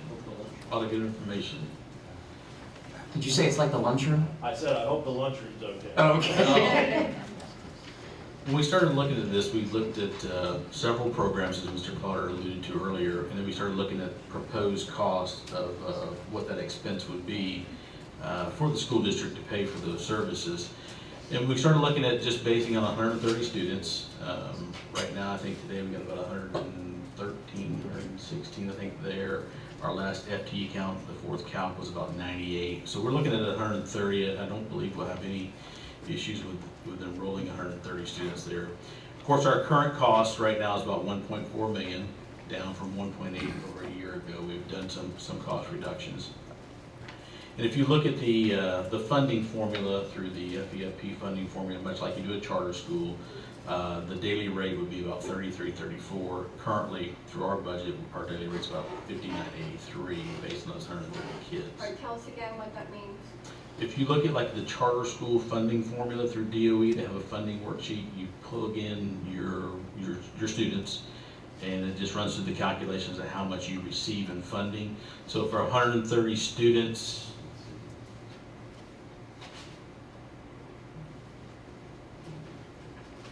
So are for you, 130 students, we would receive, if we had 130 students there at the fourth calculation, so to speak, we would receive about $780,000 in FEFP funding. so what you're saying is that because these students would be considered charter school students, we would receive less than the FEFP? No, I'm saying that's what we're going to receive, the FEFP. All of it? Yes, it would just be in a contracted service with CERMI or Catapult or whomever the board elects for us to start talking to as far as that goes. They would not, the vendor would not receive the FEFP funding. The school district does. We then would pay whatever contractual rate we agree to. So I'm just saying, if we base it on 130 kids, based on the funding formula, and I just used the funding formula that we use for charter schools, that's what we do, we would receive about $780,000 in I know FEFP. that 130 is just for conversation's sake, so we can understand how this is gonna break down. No, just for arguments, just so that for clarification, Ms. Balfour, I believe the 130 is a base minimum. So the contract would be for 130. Correct. And I just wanted to make that no, I clear. appreciate the clarification. Feedback that I've received is, I wish we had more space, especially from the middle school numbers. I wish we had more space. Looking at what we're doing now, but comparing it to what the real need is, because I know that some administrators are having to actually, this one's not termed out, but this one needs to get over there. Students aren't fulfilling the obligation that they were assigned to. So is there an opportunity to actually increase the number here? And I know, again, we need to stick to what we're looking at for 130 because that's what it's out. It's just I mean, it's a different philosophy than we've had before. We've kept the numbers low out there intentionally. Mr. Mullen, I'm sorry, can you turn your, because I didn't think you. We've Thank kept you. the numbers lower out there. That's why there's a space issue. It's not that there's a lack of kids that can go out. What capacity for what, 250? I think it's. So, but yeah, that's what the real capacity for Right. So if, is if your, 250. if your goal is just to stay under class size, and then you can certainly increase the population there. We have been as high as 130, I believe, at times, but again, it's been a very fluent population, you know. But I think, like Ms. Balfour is saying, the number that we're talking here is, we're not trying to cap a number ourselves. We would be open to, as long as, you know, I think we at could minimum- meet each other's A needs. minimum of what they would need is 130 student funding to operate the model that they were proposing to operate. Now, we've had discussion before, there will be times that number may be 110 actual bodies. There may be times that number is 140 or 150. You know, again, it's back to just the same scenario they have. Would Fast Tracked, their version of Fast Track, what I think of as kind of more of an E2020 scenario, is that something that we would then look at putting into our, We haven't discussed. okay, because that certainly, if we were in an issue where we had a reduced number there, that certainly is a number that we keep right now at our current campuses. But So that there's current certainly something we campus, could talk about, but we that haven't. number is including the ESE population that's we're serving out there. I So think we would have be taking 16 those students. out. No, they wouldn't be coming out. Okay, so we would be pulling those No, out. not necessarily. They have students that receive ESE services, not full-time ESE students. I think We don't have full-time ESE students that And they would receive. receive the services just like they do today. That wouldn't change. I was out there yesterday to have 120 enrolled, and they had just sent 10 back to their mainstream school in the last week. Just regular students. Yeah, Well, that was enrolled, so I don't know how many were ESE. right. But the ESE services will be delivered just like it is today. Question two is in the, because I think this is, and we've talked about some of these, but just for some maybe clarification, the daily per diem cost of, that we currently have of $59.83, That's our cost. that's our cost. What is not included in that we continue to provide? For example, you mentioned SROs. The SRO is outside that 1.4 million. Is ESE services included It's in that? outside of that 1.4 million. Transportation.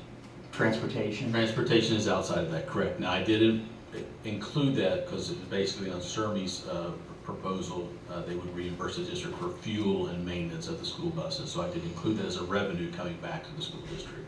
Maintenance of the building. Maintenance of the building, we would be responsible for, much like we are today, which is outside of that 1.4 million. Food service, we would do exactly, we envision it being ran just like it is today. Food is delivered essentially from LaCanto High to the Renaissance campus. That's outside of 1.4 million. And our food, so food personnel would be then the district's food personnel? Just like it is today. Okay.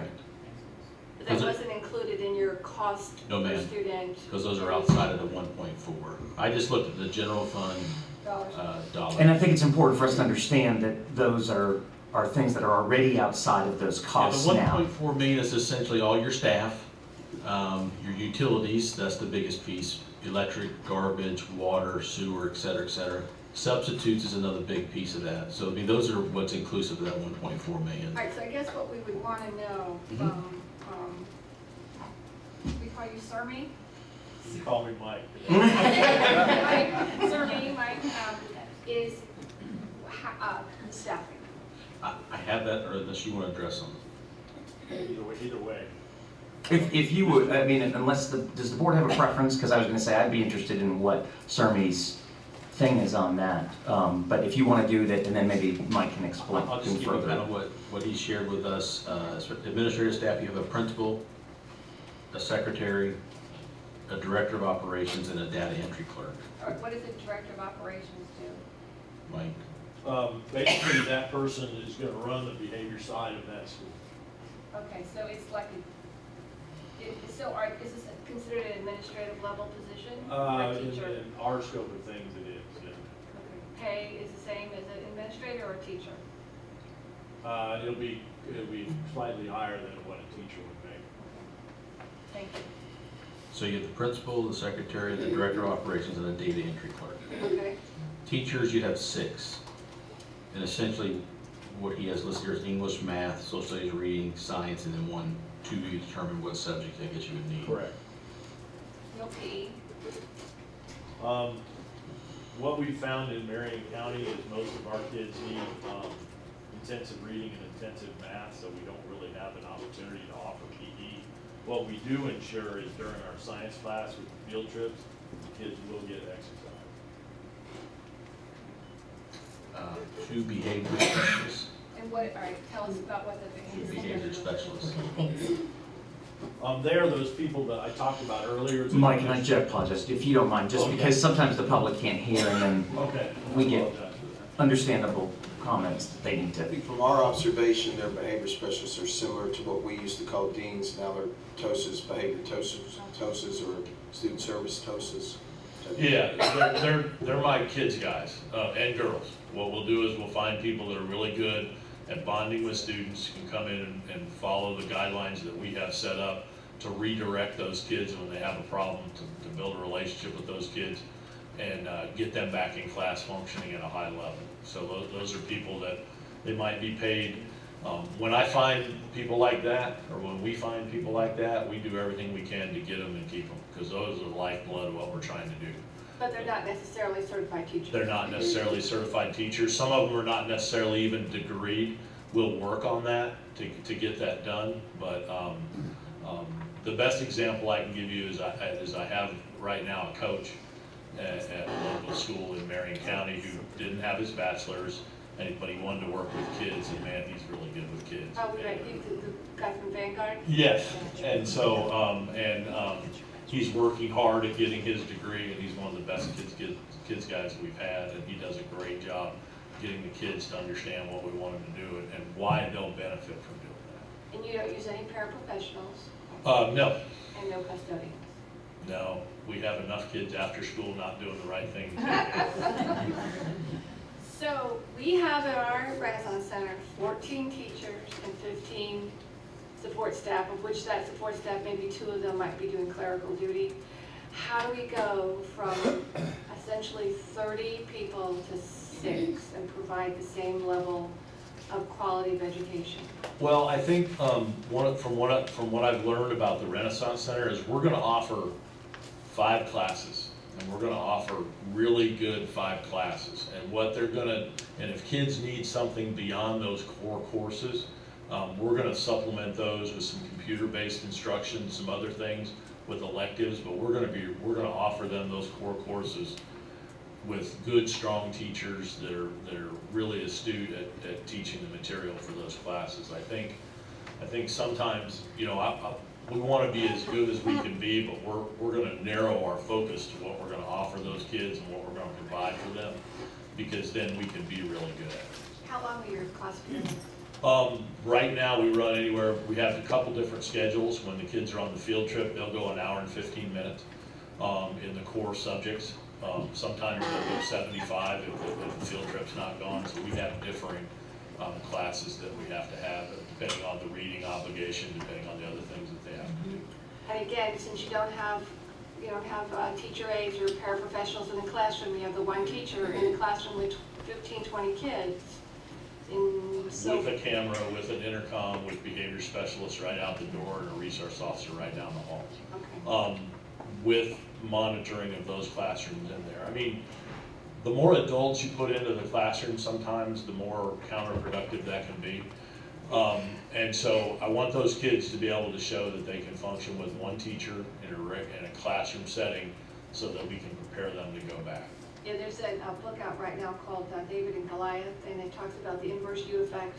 Sometimes the more you do, the worse outcome you have. That's because right. It's overkill. Because I know when I walk into one of our classrooms, everybody wants to talk to me. And so I totally disrupt things. My teachers tell me stay out. If you wanna see what I'm doing, go get on the camera and look, so. Ms. Deutschman, just for clarification, if we have 31 at Renaissance, the numbers he gave me, I believe, were 12 for staffing. 5 bus drivers is what I. Yeah, Oh. 17.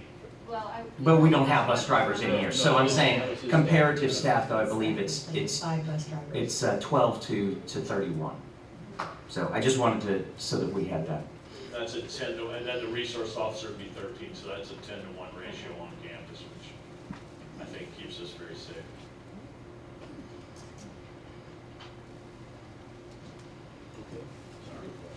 Okay. So as we look through the cost analysis, looking at the different providers and what they have shared with us, you know, looking at some expenses. If you look at CERMI, essentially their annual cost to the school district would be approximately $722,000. Catapult gave us a couple different offers. It's based on staffing is what they were looking at. One for a little over $1 million, another one for a little about $845,000. G4S, $1.9 million. And then Micro School, although they didn't really tell us, they said they would do it for the 95% as a charter school, as they are a charter school, and what their funding would be. As you can see, CERMI would reimburse the district for facility costs of $60,000 and transportation costs of $25,000. We still will be responsible for paying our utilities. That still is our facility. We'll maintain it.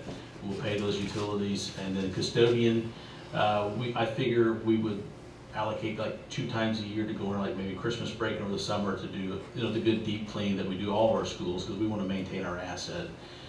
So we assume adding all that up for CERMI would be an annual cost of about $737,000, or a savings to the district of about $662,000. Mr. Clark, too, you know, if we have, I'm sorry, I did it again. This time I reversed it, though. Yeah. I called Mr. Blocker. Computers, furniture, things, when those break down, maintain, you know, like software licensing. Right. We would maintain it as we do today with all our schools. And are those things that are included in that 1.4? No, those are typically, when you're looking at those come out of Dr. Geddes' budget, or the instructional materials budget, or capital for furniture. So those are all exclusive of the 1.4 million. Okay. Tried to be as clean and to show the true savings to the school district in this whole scenario. But does Marion County provide you with computers and technology and textbooks and software licenses? Good question. What we do get usually is we piggyback, if we need to order books, we piggyback on their pricing. Like right now, they're changing a textbook, and for our MBIs and the curriculum that we're using, the old ones will suffice just fine as a resource for our kids, so we're getting all those. We also get Title I money, which helps us when we get ready to buy computers and different things for our reading program and things like that. So they work with us real closely. I mean, if I call the warehouse and say, hey, I need 25 desks, they'll find me 25 desks, and I'll go pick them up.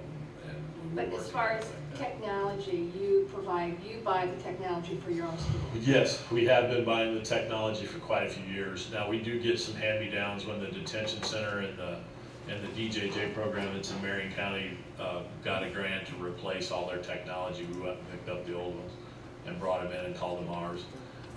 But for the testing center, we just did there was some Title I money at the end of 1 year left over, and we were eligible for some of that, so we went and bought that on our own and did what we needed to do. The board does a really good job, and obviously, if we come over here, we're gonna try to get some board representation from Citrus County and try to open up some avenues, because as a 501c3, and all the work that we do some fundraising to try to get some help for whatever our kids need. Is your daily rate similar in Marion County as what you're proposing to us, as far as your funding level? Exactly the same. Exactly, okay.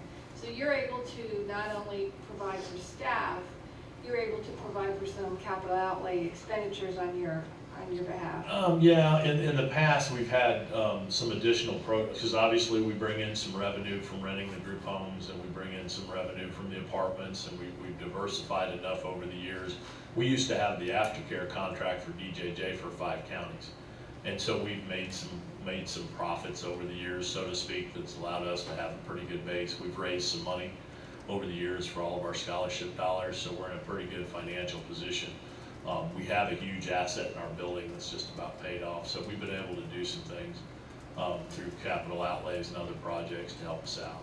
And when you say the same as Marion, you're just talking about the percentage of daily per diem, because with Marion, you contracted at 250. Well, actually, I'm not even talking about the percentage, I'm talking about the actual number. Oh, okay. The 3087 Yeah, per student. per student, which is only 90% in Marion County. Okay. What was it, 95? 92.5. 92.59. Now, Mr. Nabezzi did mention Title I. That school would be eligible for Title I funding, much like it is today. It's approximately $80,000 is what we estimated. So if you look at the other three or four proposals up there, Catapult, both their versions, they would not reimburse the district for transportation. None of the other proposals had anything about transportation. They would use ours. Nothing for reimbursement of facilities. So the net savings to the district from Catapult will be option 1, $260,000, or option 2, $455,000. G4S would reimburse the district for facilities, about $215,000, but actually it would cost us more to take that proposal than what we're spending today. And then Micro School, like I said, although they did not actually give us any type of proposal, they did indicate 95% of the funding based on the charter school revenue worksheet. And so we would save approximately $559,000. So as you can see, CERMI would offer us the biggest savings to the school district. One of the other questions I know that we've been talking about and discussing is outsourcing and privatization of services through the school district. And we just threw some examples up here that we currently do privatize and outsource different services through the school district. AES, which is one of our charter schools, but we do outsource OTPT, speech. Penn Foster is a private source that we use. Florida Virtual, we do outsource our virtual school to Seminole County as well. We just outsourced the daycare to YMCA. We use MGT, we do construction management and a lot of maintenance services. So these are just an example of some of the outsourcing and privatization that we've used in the past. Also, we were asked about looking at other avenues of potential funding as far as grants, anything from the federal government. And currently there is a funding opportunity out there from the United States Education Department called Project Prevent. And essentially it's about $488,000 per district. And those are being applied for now. If you want to apply for it, get in the hopper, they would be awarded, I think, sometime in September. There's only 20 possible for the entire United States. So it's one of those grants that's coming out of USAID. Do we ever know how, of how many applications submitted, how many are accepted? I don't often know that, but it's going to be a pretty... There was a significant number of applicants, okay. Yes. And also, I think we were asked about DJJ. Is there any funding out there to help offset the revenue at the Renaissance? And essentially what DJJ came back to tell Ms. Stopchak is essentially it would be the district responsible for operating costs of any school run by the district, even alternative schools. So there was no money out there from DJJ for this. We tried. Purchasing. This has been a question, conversation as to how we would enter into an agreement with CERMI. And of course, there's several options that we can look at. The best option would be to put the RFP out there and go through the whole request for proposal process. We would have some constraints with time right now. That would be a challenge because if we were going to do something like this, it would have to be done rather expeditiously. And I don't think the RFP process would allow us to do that. It's not foolproof. RFPs can be protested, much like Orange County right now is being protested on RFP. They've done something similar. So the piggyback option is available. Currently, they do have a contract with Marion County. We could piggyback that agreement. It is a 19-year-old agreement, so that could maybe potentially pose some issues because I don't believe an RFP has been issued out there. But if we did that, my question would be is there's some things that we continue to talk about that are unique that we want to design. I think Citrus is Right. along the lines of some pieces that we already have in place. Would that affect that piggybacking? We go less service with Yeah. the ones. we can go, But what I would suggest is the next option, What the piggyback thing says, you have to have basically the same terms and conditions at the same price and no less. Right. So if you're dropping services, whether if you start adding different options in there, then you may not be able to. I was thinking more of if we dropped services. you can always go less. Piggyback that, yes. Okay, that's what I The was, third option is state board rule does exempt school districts from bidding for educational services, although there's no real clear definition what educational services is, but it does exempt you for that. But it also exempts you from contracting with a recognized educational institution. So there's a couple different options there on that state board rule 6A 1.012 to exempt you from the actual bidding process or piggybacking process that says you can contract with a ed services or an educational institution. I wonder if I can ask a question, Yep. because on that DJJ, didn't y'all start out affiliated with DJJ or funded by DJJ or something? Yeah, that's actually what brought us to Marion County to begin with. In 1993, we ran a 55 student or client 12-month year school for probation kids. That was with Associated Marine Institute. And we did a good job with those kids, and what they did was, around that time, they decided to outsource their alternative school and basically gave it to us. And added another 55 kids, and that was one of the, so we started at about 110, and then we dropped the DJJ part, and the district just contracted with us specifically. Now I wanted to tell you that we did RFP in 2010, and we won the bid. That was the last time that there was an RFP in Marion County. If that helps or hurts, I don't know. But yeah, we started out as. Wes, I don't know if you heard that. I did, I wrote it on the Okay. 2010 RFP. 2010, yes, and we won that bid that year, so, and that was the last time that they did it there. And the DJJ was specifically for probation kids? It was through Associated Marine Institute, and the way they set that up is then, they're based out of Tampa, and then they subcontracted with our group in Marion County to provide the services, even though we were under their umbrella, but we got out of that group because, the problem with companies like that is the first 10% of the money usually goes out of the county and didn't help us in Marion County. And, Thank you. You did that 2010 RFP in Marion County? yes, that's correct. It was 2010, and we can probably get you a copy of that. We were awarded the bid.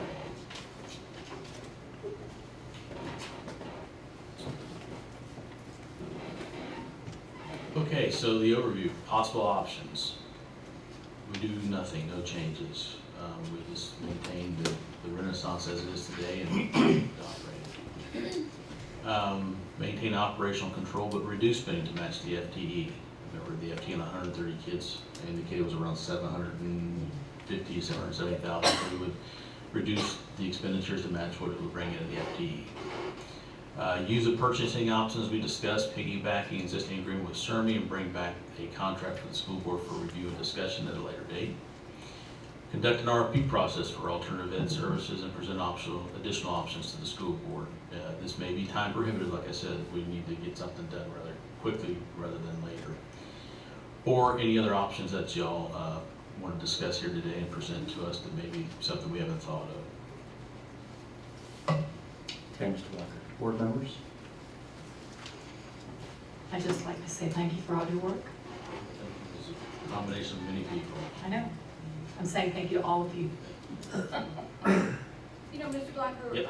you're presenting it to us as a financial problem, not as a quality of services or success or lack of success rate at Renaissance.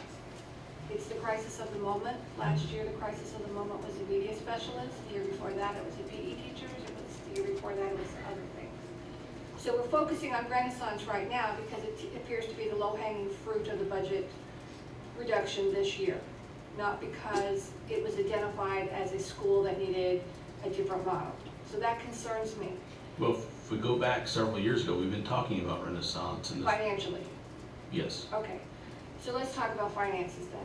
So you had given us a spreadsheet that had, and I think you gave everybody a copy, about the cost per student. And the reason why I'm bringing this up is if it's a financial problem, we need to talk about the finances first. Because if there's a way to solve the finances, I think we need to look overall, do we have some inequities in our funding in all of our schools, in any of our schools, including the Renaissance? And if the Renaissance is a problem and it's causing us to lose services at other schools because we're putting all of our resources there, we need to make sure that we're equitably funding all of our schools. And now I'm channeling Steve Geiler, who predates you, but Steve Geiler was, I believe, the first principal of Canto Primary School, wasn't he? Was he the first one founding? Anybody been around Yes, here he that was, long? yeah. Okay. No, Yes. no, it was. Yes. Yes. Yes, he was, he was. Yeah, and he was He there. was an he was intern there. Probably about 20 years principal, and he always complained that school-based funding didn't exist in Citrus County, that some schools got more per student than others. Renaissance obviously is an example of that, and now it's really gotten kind of out of control, and that's probably partly our fault, because we've added and added and added. If we have 14 teachers and 15 support staff and 2 administrators, and they can do it on 1 administrator, 2 deans, and 6 teachers, there's something wrong with our model. Or what they're presenting to us in reality doesn't work, but they're saying it does. And I believe that it works. I believe you that the 6 teachers are sufficient. I believe that you all have the passion to do what you're doing, and that's probably the reason why you're successful. You can do it with less staff. Is that a problem for us? Maybe. But one of the things that when you gave us this spreadsheet, I added a couple of columns just to do some calculations, just to see, okay, what are some other issues besides per student, students per teacher and the cost. And one of them was students per administrator. Mhm. When I did that, Yeah, I and had that. do you have that spreadsheet? Yep, I got it right in front of me. Can you do that calculation while we sit here? I don't have nothing to do with, You can't pull up an Excel and do a calculation on Excel? what do you want to know? I want to see that spreadsheet. See this spreadsheet? I don't have that spreadsheet. Yeah, you don't have it, can you No. email it to yourself and open it? Well, I mean, I I can tell you understand the your answer. question, but I'm also looking at, well, I guess I'm looking for the point. Well, I'm getting to the point, but I'll give you the. Well, just tell me what you want, and maybe we can just All walk. right, through that's some. right, I'll give you the answer. All right, so when you look at our staffing in our schools, and we've talked about this over time, including the Renaissance and some of our other smaller schools, the students per administrator range from anywhere of a high of 380 to a low of 64. And 64 is Renaissance. So the Renaissance represents by far and away the lowest student per administrator in our district. Correct. When you look at the cost of administrator per student, it runs from $234 at Fox Crusher to $517 at Floral City. What do you think it is at Renaissance? $236 at Central Ridge, Renaissance, $1,472. It runs in concert with the rest of the expenses and everything. But that's a shocking number. That's a shocking number for the number of students that we have. So part of the cost and the expense that we have at Renaissance is our staffing plan calls for the number of administrators, and we have all this extra staff there that is exceeding not only similar schools, but even our smallest schools by 3 and 4 and 5 times. So unless we completely take this school back down to the rafters and start over again, it's hopeless. And it's our fault. It's not the Renaissance's fault. They didn't go out and hire people. We allowed that to happen. We assigned 2 administrators there. How many administrators do we have at Environmental Science Academy? One. But on campus? One. Actually, you have none. None. Well, yeah, it's a coordinator. It's a How many coordinated students? effort. How many students? 108 right now. 22. 122. How many custodians? How many at Renaissance? 2. How many will be at your school? 0. 0. How many support staff do you have? 15. How many support staffs at Environmental Academy? 2 full-time, then you've got 1 for a special needs student. And how many are you proposing? Well, two, two probably, two, I don't know what. As far as clerical. So I guess what I'm saying is this, is that if we're saying that there's a financial problem, obviously there's a financial problem, but it's not caused by the fact that we're a public school and a private entity can come and do it cheaper. The fact is that we have hired and hired and hired. We have created a staffing plan that allows for a very high administration to student ratio compared to our other schools. We have 2 other elementary schools that also are out of proportion with the rest of their counterparts that are causing the cost to go up out of proportion. And so I'm wondering if it's time for us to look at our schools and fund them equitably. And would that solve some of the problems? I would hate to say that we would have to give up one of our schools for financial reasons. What does that say about our ability to live within our means? And what does it say about our ability as a public entity to provide essential services to our students that are in our care, but we can't afford to do it? And we can't figure out how to afford it. So that's my real problem here. When we want to talk about the money, let's talk about what's causing those costs to go out of control first. If we're not going to talk about quality program, if you want to talk about quality program, I'm all in. I'm totally in. I get what he does. I love what he's telling us. I appreciate them coming. I see their passion, and that was one of the things that Mike Mullen said. So passionate about these kids, and that's, part of your secret weapon is that passion and that commitment. And we know that. What do we say? Relevance and relationships are always very high to us. So, tell me about what we can do with some of these expenses, because I can't support privatizing the school based on money if we're not willing to look at what caused us to have all these issues to begin with. And if we are unable to fix them, I need to know why. I would like to address the Renaissance piece first about the staffing. Not only have we got 14, 15 teachers out there, we've also, that includes our transition program, which was an agreement among all of us. That includes a middle school program, a high school program. So it includes all the programs that we have out there that we have to staff differently. One reason we have talked to CERMI and recognized things that they do, they consolidated some of those programs. So if we're going to go back and staff Renaissance, if that's an option that the board wants to give us, to staff it similar to the way CERMI staffs their groups, then we have to talk about the philosophy of the Renaissance and how we meet the needs of those students. Right. Because we have, and we talk about through every expulsion hearing, what is the purpose of Renaissance? Right. And I think it's very clear that CERMI focuses on discipline, and then they focus on the educational piece. Because they know if they don't get those kids to behave correctly, to give them social skills where they can go back into the workforce, when they graduate, they'll be accepted into society. I think that has been their number one focus, and I think you all recognize that this morning.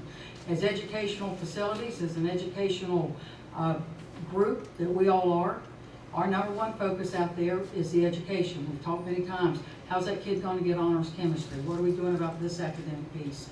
So we split the kids up, middle school, high school, we put them out, and we have the transition program, so that has really been our main focus. When we talked about busing, and I don't have the clear answer on busing. I know those kids, and we send some good kids out there who've made stupid decisions. And I know, especially in the middle school world, when those Renaissance kids get on that mainstream bus, they do not feel like they're a part of anything. They get off the buses on our campuses, they get in trouble, they tell our teachers where to go, they tell our teachers every obscenity they can, who's on bus duty, because their comment is, you're not charging them. So when we talk about the busing piece, which is another piece that we would say, is that when CERMI picks them up door to door, those kids are a group, and maybe that's part of their behavior piece that they can come back and do. So, when we look at this and we bring this back as an option to the board, you're right. Do we just refocus, clear out Renaissance, start over? Do we allow someone to come in for a year and see, how well it works for our system? Or do we go back out to other schools and cut more at the other schools and make it more equitable? Small schools are hard to staff. We all know it. We've talked about it. Let's talk about custodial staff. It's hard to put them down to one. He or she calls in sick, takes a day off, they have their custodian. We talk about their administrators. When we pull their administrators out or one's out, and we have them one on campus, we have to pull from other schools. That's a direction we can take from the board if that's an option. Today is strictly to bring back to you what we do at Renaissance, what we look in our budget, and you are correct, Ms. Dorchman, the way we staff, that ends up getting to be a financial it makes us have a financial deficit, and we need to balance our budget. So we are certainly here for options, we're certainly here for suggestions, and however it goes, we'll make it work. Let me say something about staffing too. You know, we have bargaining units that we also have to staff. That our job, we just can't go in and give somebody 4 jobs like they're doing. We wouldn't get away with that. I mean, it just, we would, that just wouldn't happen. Okay, so there's a lot of things that that they have flexibility to doing that we wouldn't. And I don't want anybody out there that's hearing this conversation to think that Ernie Hopper's assistant principal is making $700,000 a year, because he's not. So that extra administrator is not the big difference. I do agree it's a staffing, but some of those staffing, you heard Mike stand up here and say that he expects those teachers to get those other certifications, and if they don't at the end of the summer, then they're not going to be offered a job coming back. My scenario is a little different. If they don't get that second certification, then I can find them another job somewhere else in the district. It's not the same. So it's not a level playing field if we're going to compare all those things, and there's a lot of different reasons why they can do things cheaper than we can do things. And we, last year, did reduce staff. And when we did that, I think it's come with some challenges operating the way we currently do. I mean, that's the feedback that I know from the administrators I've heard there, from teachers that I've heard there, is because the model that we have there, which I don't think we've disagreed that there are advantages to having separate programs, but those are not inexpensive ways of operating, they're very expensive ways. There was a time in our district when we more easily, I think, could afford that. And I think we all had hoped that we were going to be in a different financial position by now. But we're not. I don't see it just totally as a financial thing. I see it as we have been sort of confusing the mission of Renaissance for a very long time. We've had that conversation, yeah. Every time. Almost every expulsion. Every expulsion we have it. And it's very difficult to see a clear goal like you can see a clear goal. I can listen to you speak, I visited your school, I know what's happening in terms of the clear goal. It is in stone, there's no doubt. But I think with Renaissance, we have confused things by wanting maybe several different programs or not, or Mr. Knott, could you just give a Mr. Doctor, excuse me, Dr. Knott, Andy, could you just give, without mentioning names or anything, just sort of like the changes in the philosophy of Renaissance, or the changes in the emphasis or something, because it is very confusing, and we're all on the inside, and we've seen it, and I'm sure it could totally confuse anyone on the outside. I think the mission has changed over the years. And for those that don't know, and I think, because I think staff had talked to Dr. Knott to come today, but Dr. Knott was, if you just explain what your role was there, just so people know, because we all know, but there's going to be people who are listening that may not know who you are. I'm a school psychologist. Ask me that one more time. Oh, just the changes that have occurred in Renaissance, the focus has changed. We've added new programs, taken away others. It's not clear. It's never been to me clear. We started very limited. There was I was there like one day a week. We didn't know what to do to help the kids. And went from that out in a life raft in the middle of the ocean, I think was the analogy that Dave Cook and I used years back. It went from that to the district getting very concerned and helping, adding, building more, better, full-time guidance counselor we never had, full-time social worker. So it changed. We wanted to add programs, we wanted to change things. Each time we came away with a different feeling of what the school board wanted. So with that in mind, we never really had a clear operational system of what we're supposed to do. So our thing was to do the best that we could for the kids, to help them adjust and still satisfy the school board, the parents, and the teachers at the school. So the mission did fluctuate a lot. Basically, it was take kids that aren't successful in traditional settings, bring them in, try to fix them. Some we wanted to keep because we knew they couldn't make it back in the traditional schools. And whether we could do that or not seemed to be okay. If we wanted to keep them, it wasn't a financial thing. Our numbers didn't usually run that heavy. So the mission did vary, and it was somewhat, I think, confusing to the folks, to the administrators who had to live with some fluctuations in the school board's understanding of what we wanted to do. And that's an okay thing. You know, things should be flexible, things should be fluid, but when it happens a lot, it sometimes makes confusion on what we're supposed to be doing.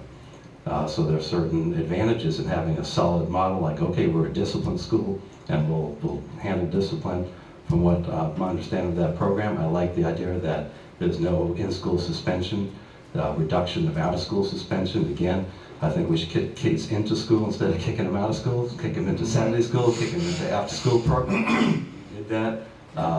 You know, when I was back at the Renaissance Center, it wasn't official. We didn't have extra funding for it. We just stayed after and made kids stay, and got parent permission to either transport them, which nobody really liked. It was almost a covert thing, to to the parent into bringing the kid in and kind of convincing them over an hour-and-a-half conversations on why they should drive the 20 minutes to pick their son up or daughter up, so that we could kind of make them accountable for their behavior. So a lot of things changed over the time. There was a change in administration that brought about a change in the school's philosophy. I think it went to more of a curriculum mission than a behavioral mission, and we know that from my perspective, that's not a good thing to do to a behavioral school, because curriculum is important, but if they're not listening, and if they're talking to each other, students, and if they're doing misbehaviors, they're not going to get a quality instruction no matter what you present them. You have to work the behavior first, and make the curriculum relevant to what their needs are. The idea of working with them, my role there was chief cook and bottle washer. Seriously, I probably was the highest paid cleaner of dishes anywhere, because on Fridays we would cook them breakfast. We had built-in reinforcement for some of you who've been to our pancake breakfasts that we had based on their thing. Anger management every day. We made it inconvenient for them to have misbehavior. When they had a referral, they had to come and listen to me for, their lunch, and the lunch was delayed, and they couldn't have chocolate milk, and they had to be able to respond to understanding of the anger management stuff that I would kind of tell them about. And every once in a while they would say, you're right, and I tried it at home, and it worked, and now I'm going to do these techniques. So we've seen a lot of success over the years, but some of those programs went away over in recent years. The daily anger management, the torturing the students on level 1 behavior, not torturing, but making them accountable, making that, for them, some of that was torture. And it was not that easy. We had elaborate point systems. At the end of the day, it was, I like the simplicity of the green, yellow, and red light, but we had points and things, and we had to correlate data from everybody in order to make a good understanding of where that student's level would go to the next day. There were sheets, it was expensive, we Xeroxed it, we gave it to parents, we did what we could to keep them informed, and it was quite a place at the time. And it cost... There was a lot of accountability for the students' behaviors. Yeah, there was a lot of accountability. They couldn't go back to their zone school unless they made what was called off-level status. And off-level status meant no referrals, no bus stuff, no problems. You have to be like at least 2 weeks with nothing, and you have to maintain that, and you have to show us that. And if there was a suspension, if they had a referral, sometimes they'd have to start the level system over again. So it was a continuous process based on how they were functioning, and if they had too many bus referrals, they would also have to start the level system over again. So that's why we had kids there. I think our average tenure there with kids was probably a year, some 2, and some would probably still be there. We have one teacher that now in the school system that in Costa River Primary School, a teacher that started with us, so she's never left us basically. But the role has changed, the mission has changed, the number of staff that we've had changed, and I like your point of no return in terms of investment, because I think at some point we probably hit that. The concept of the teacher aides positions are very important, but I think we could have probably done without. Once a teacher had their own teacher aide, and the other teachers didn't have one, that became an equity issue with the teachers, and that whole concept sort of, I think, got expensive as a result of that. My question is, no matter whether Renaissance stays structurally the same as far as under the umbrella of control with the school board, or whether we go with a different entity to manage it, what is the enticement for a student that's been consistently getting in trouble at the base school to want to do a better job and to move into a quality behavior management system with intrinsically to move back to the base school? Why would they want to go back? That's where they were always getting in trouble. That's where they were kind of, spotlighted for the bad behavior. So why would they want to go? There are some of the kids, as someone mentioned earlier, are drawn into the sport program and the clubs and those things. I think Mike mentioned that. Very powerful. Just saw a young man at the gym the other day, and he said, yeah, I'm a personal trainer and I'm going to physical therapy school. And this young man's thing was he was a football player and became, I think, maybe one of the football stars over at Citrus High School. So that draw for him was, I want to play football. And for a while, they used to be able to come to Renaissance Center and play football. And then there was, or any sports, and we thought that was nice for the kids that the continuity part, they could go back to the school and they could maintain some peers, but some of them misbehaved in a few places, and then the limit was set. No, if you go to Renaissance Center, you cannot play high school team sports as you used to do. So part of that was a motivation to go back.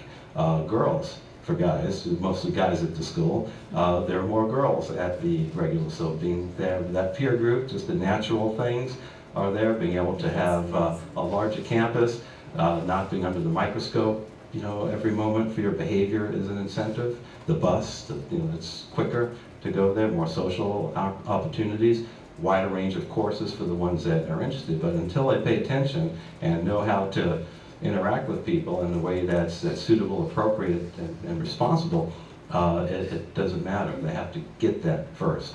And some of them don't want to go back. There are some kids, and we've always called them the true alternative kids, not the behavior kids, not the transition kids with possible substance problems or definite substance issues problems, but just the kids that were not fitting into the regular schools, that they just didn't fit. And for whatever reason, back in Renaissance Center, they met that. It was a family. It was, it had that. Most schools have that, but some of these kids never got to experience that.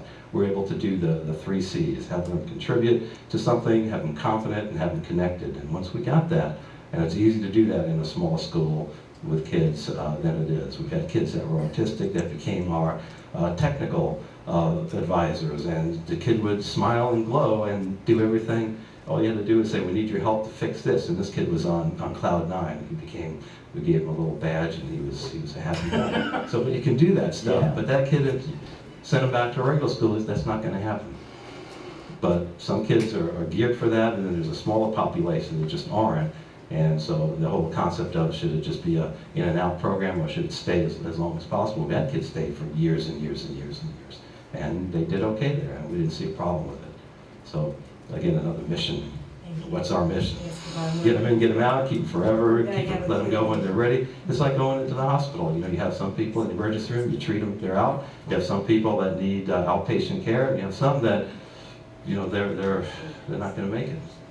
I think one of the reasons why maybe the school board, we get a little bit too hands-on with changing the mission, is we start to see patterns in students, especially in expulsions. And after a while, we'll say, this isn't what we're doing isn't working anymore. We've got to try something else. So you all have always been our sort of experimental ground. And okay, well, if you can take this kind of student and you can provide this kind of services, and then we would see a reduction in those behaviors. And we saw that it was really working, especially the transition program.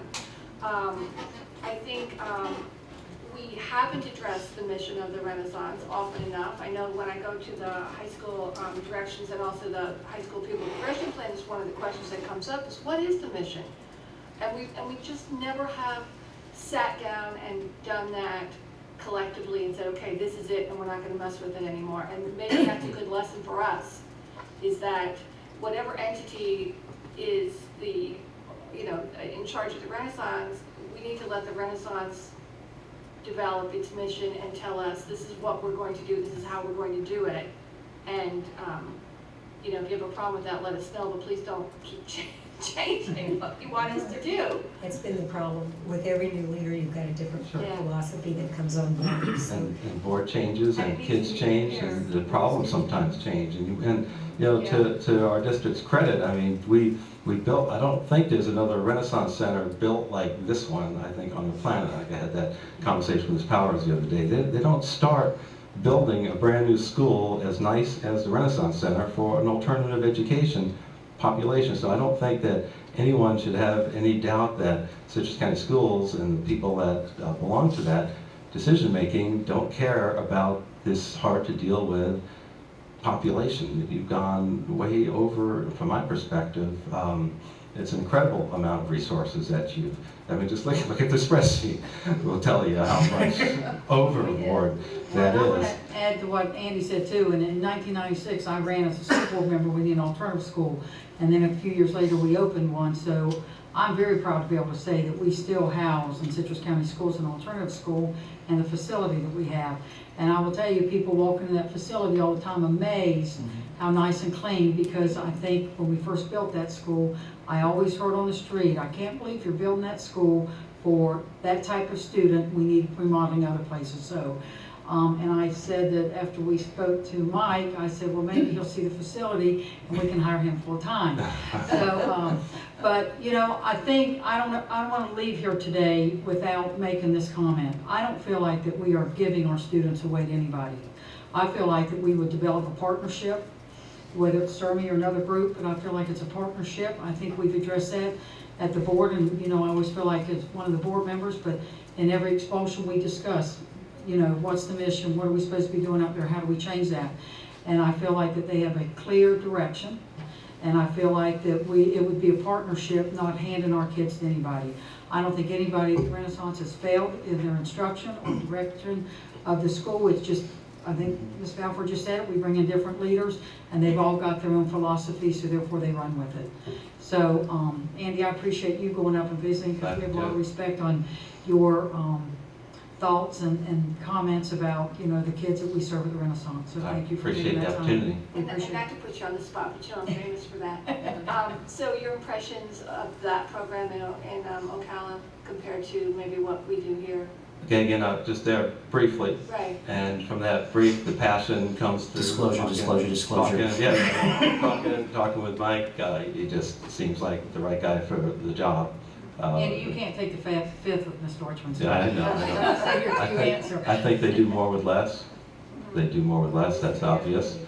My concerns are, you know, and Ms. Powers brought this up, asked Mike directly, can you do this in two places? You know, because I think a lot of it is Mike, and I didn't interact too much with the other staff, so I don't know their capabilities, but I just have a real good impression about his capabilities, and can he be spread thin, as his words? Will that work? You want to come out of retirement, Dr. Knott, and maybe work for No. I'm enjoying, I have a new hobby now, some of you, no.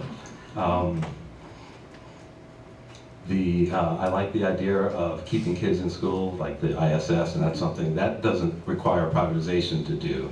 But I just think that it might be a way to reshape the Renaissance at some future point by cutting back and having an outside entity take it over for a while. I think has a lot of merit, not just on a financial basis, which certainly is a helpful thing to the district given my understanding of the current financial issues, but just a way to kind of, okay, this can work with less people with these type things without maybe some of the extra red tape that's tied up with a traditional, even an alternative school. So I think that's useful.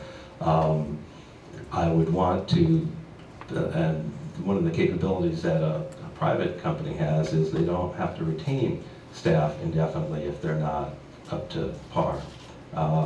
That goes with even relationships with like the centers. If they have a great person at the centers that comes in, that's great. If not, they could probably be able to switch people out to do that, because a lot of the counseling now would be coming not from, we have guidance counselors, school psych folks, social workers. We're not talking about any of those folks now. Now it's going to all rely on an outside entity, so the qualifications and the, as Mike also, I agree, it's not always the qualifications, it's their ability to do the work and to connect with the kids. So those two things, if they're able to basically manage the person that comes over at that level and make sure that that's a good fit, then I think that would be great, because we've had some great folks who connected very well with the kids from the centers.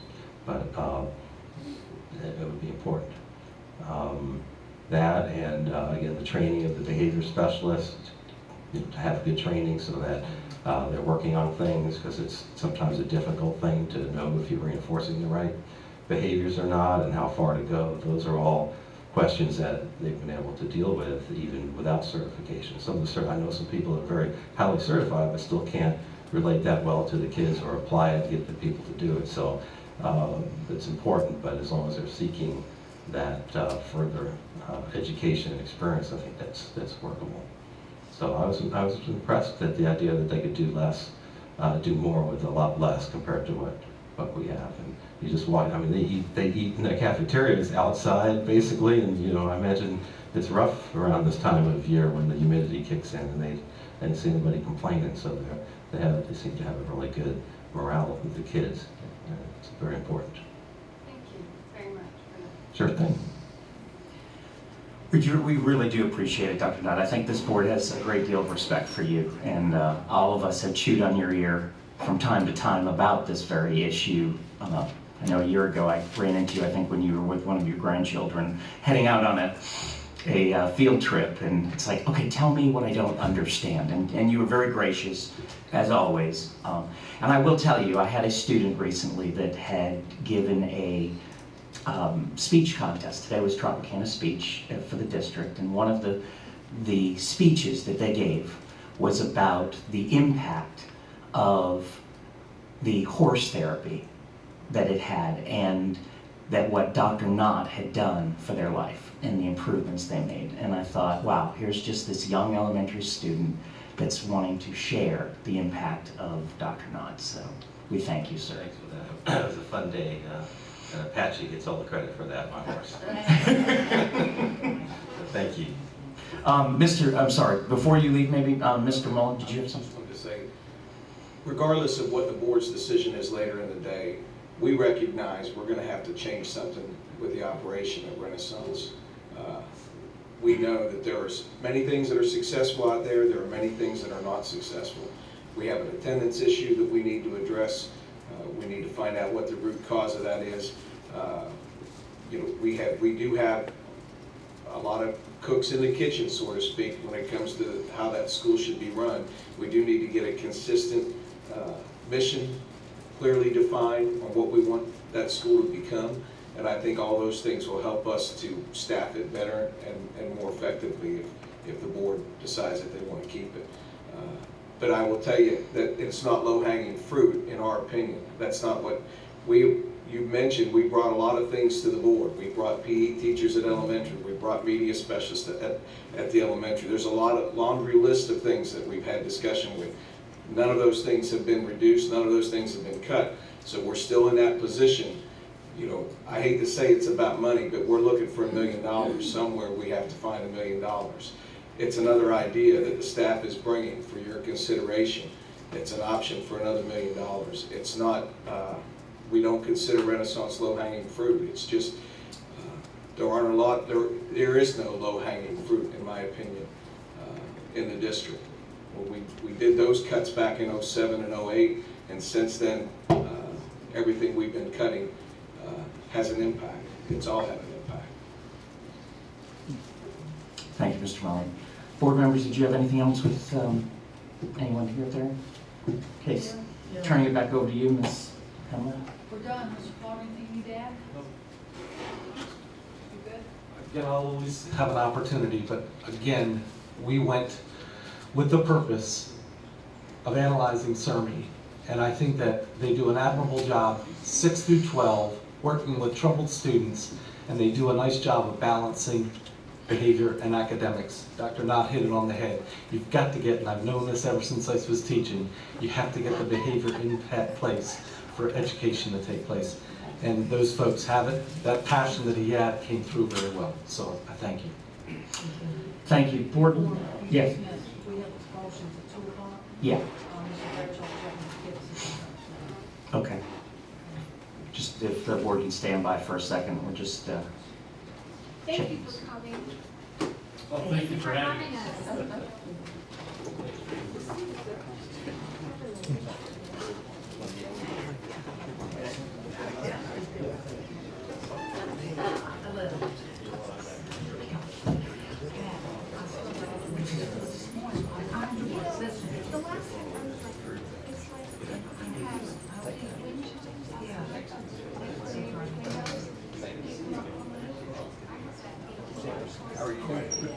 Dr. Nazar passing Grace sushi on the way back, maybe you should.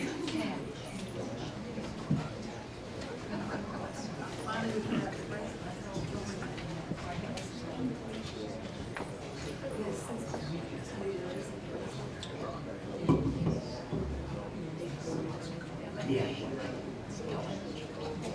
No, that's how it is. Yeah, that's what.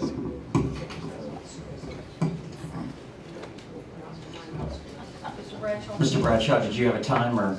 We're waiting on you. We were waiting on you. I made a Republican effort. Okay, so board members, then we can adjourn until 3 p.m. We will start then our administrative hearings and then with our regular board meeting at 4. We are adjourned for the workshop.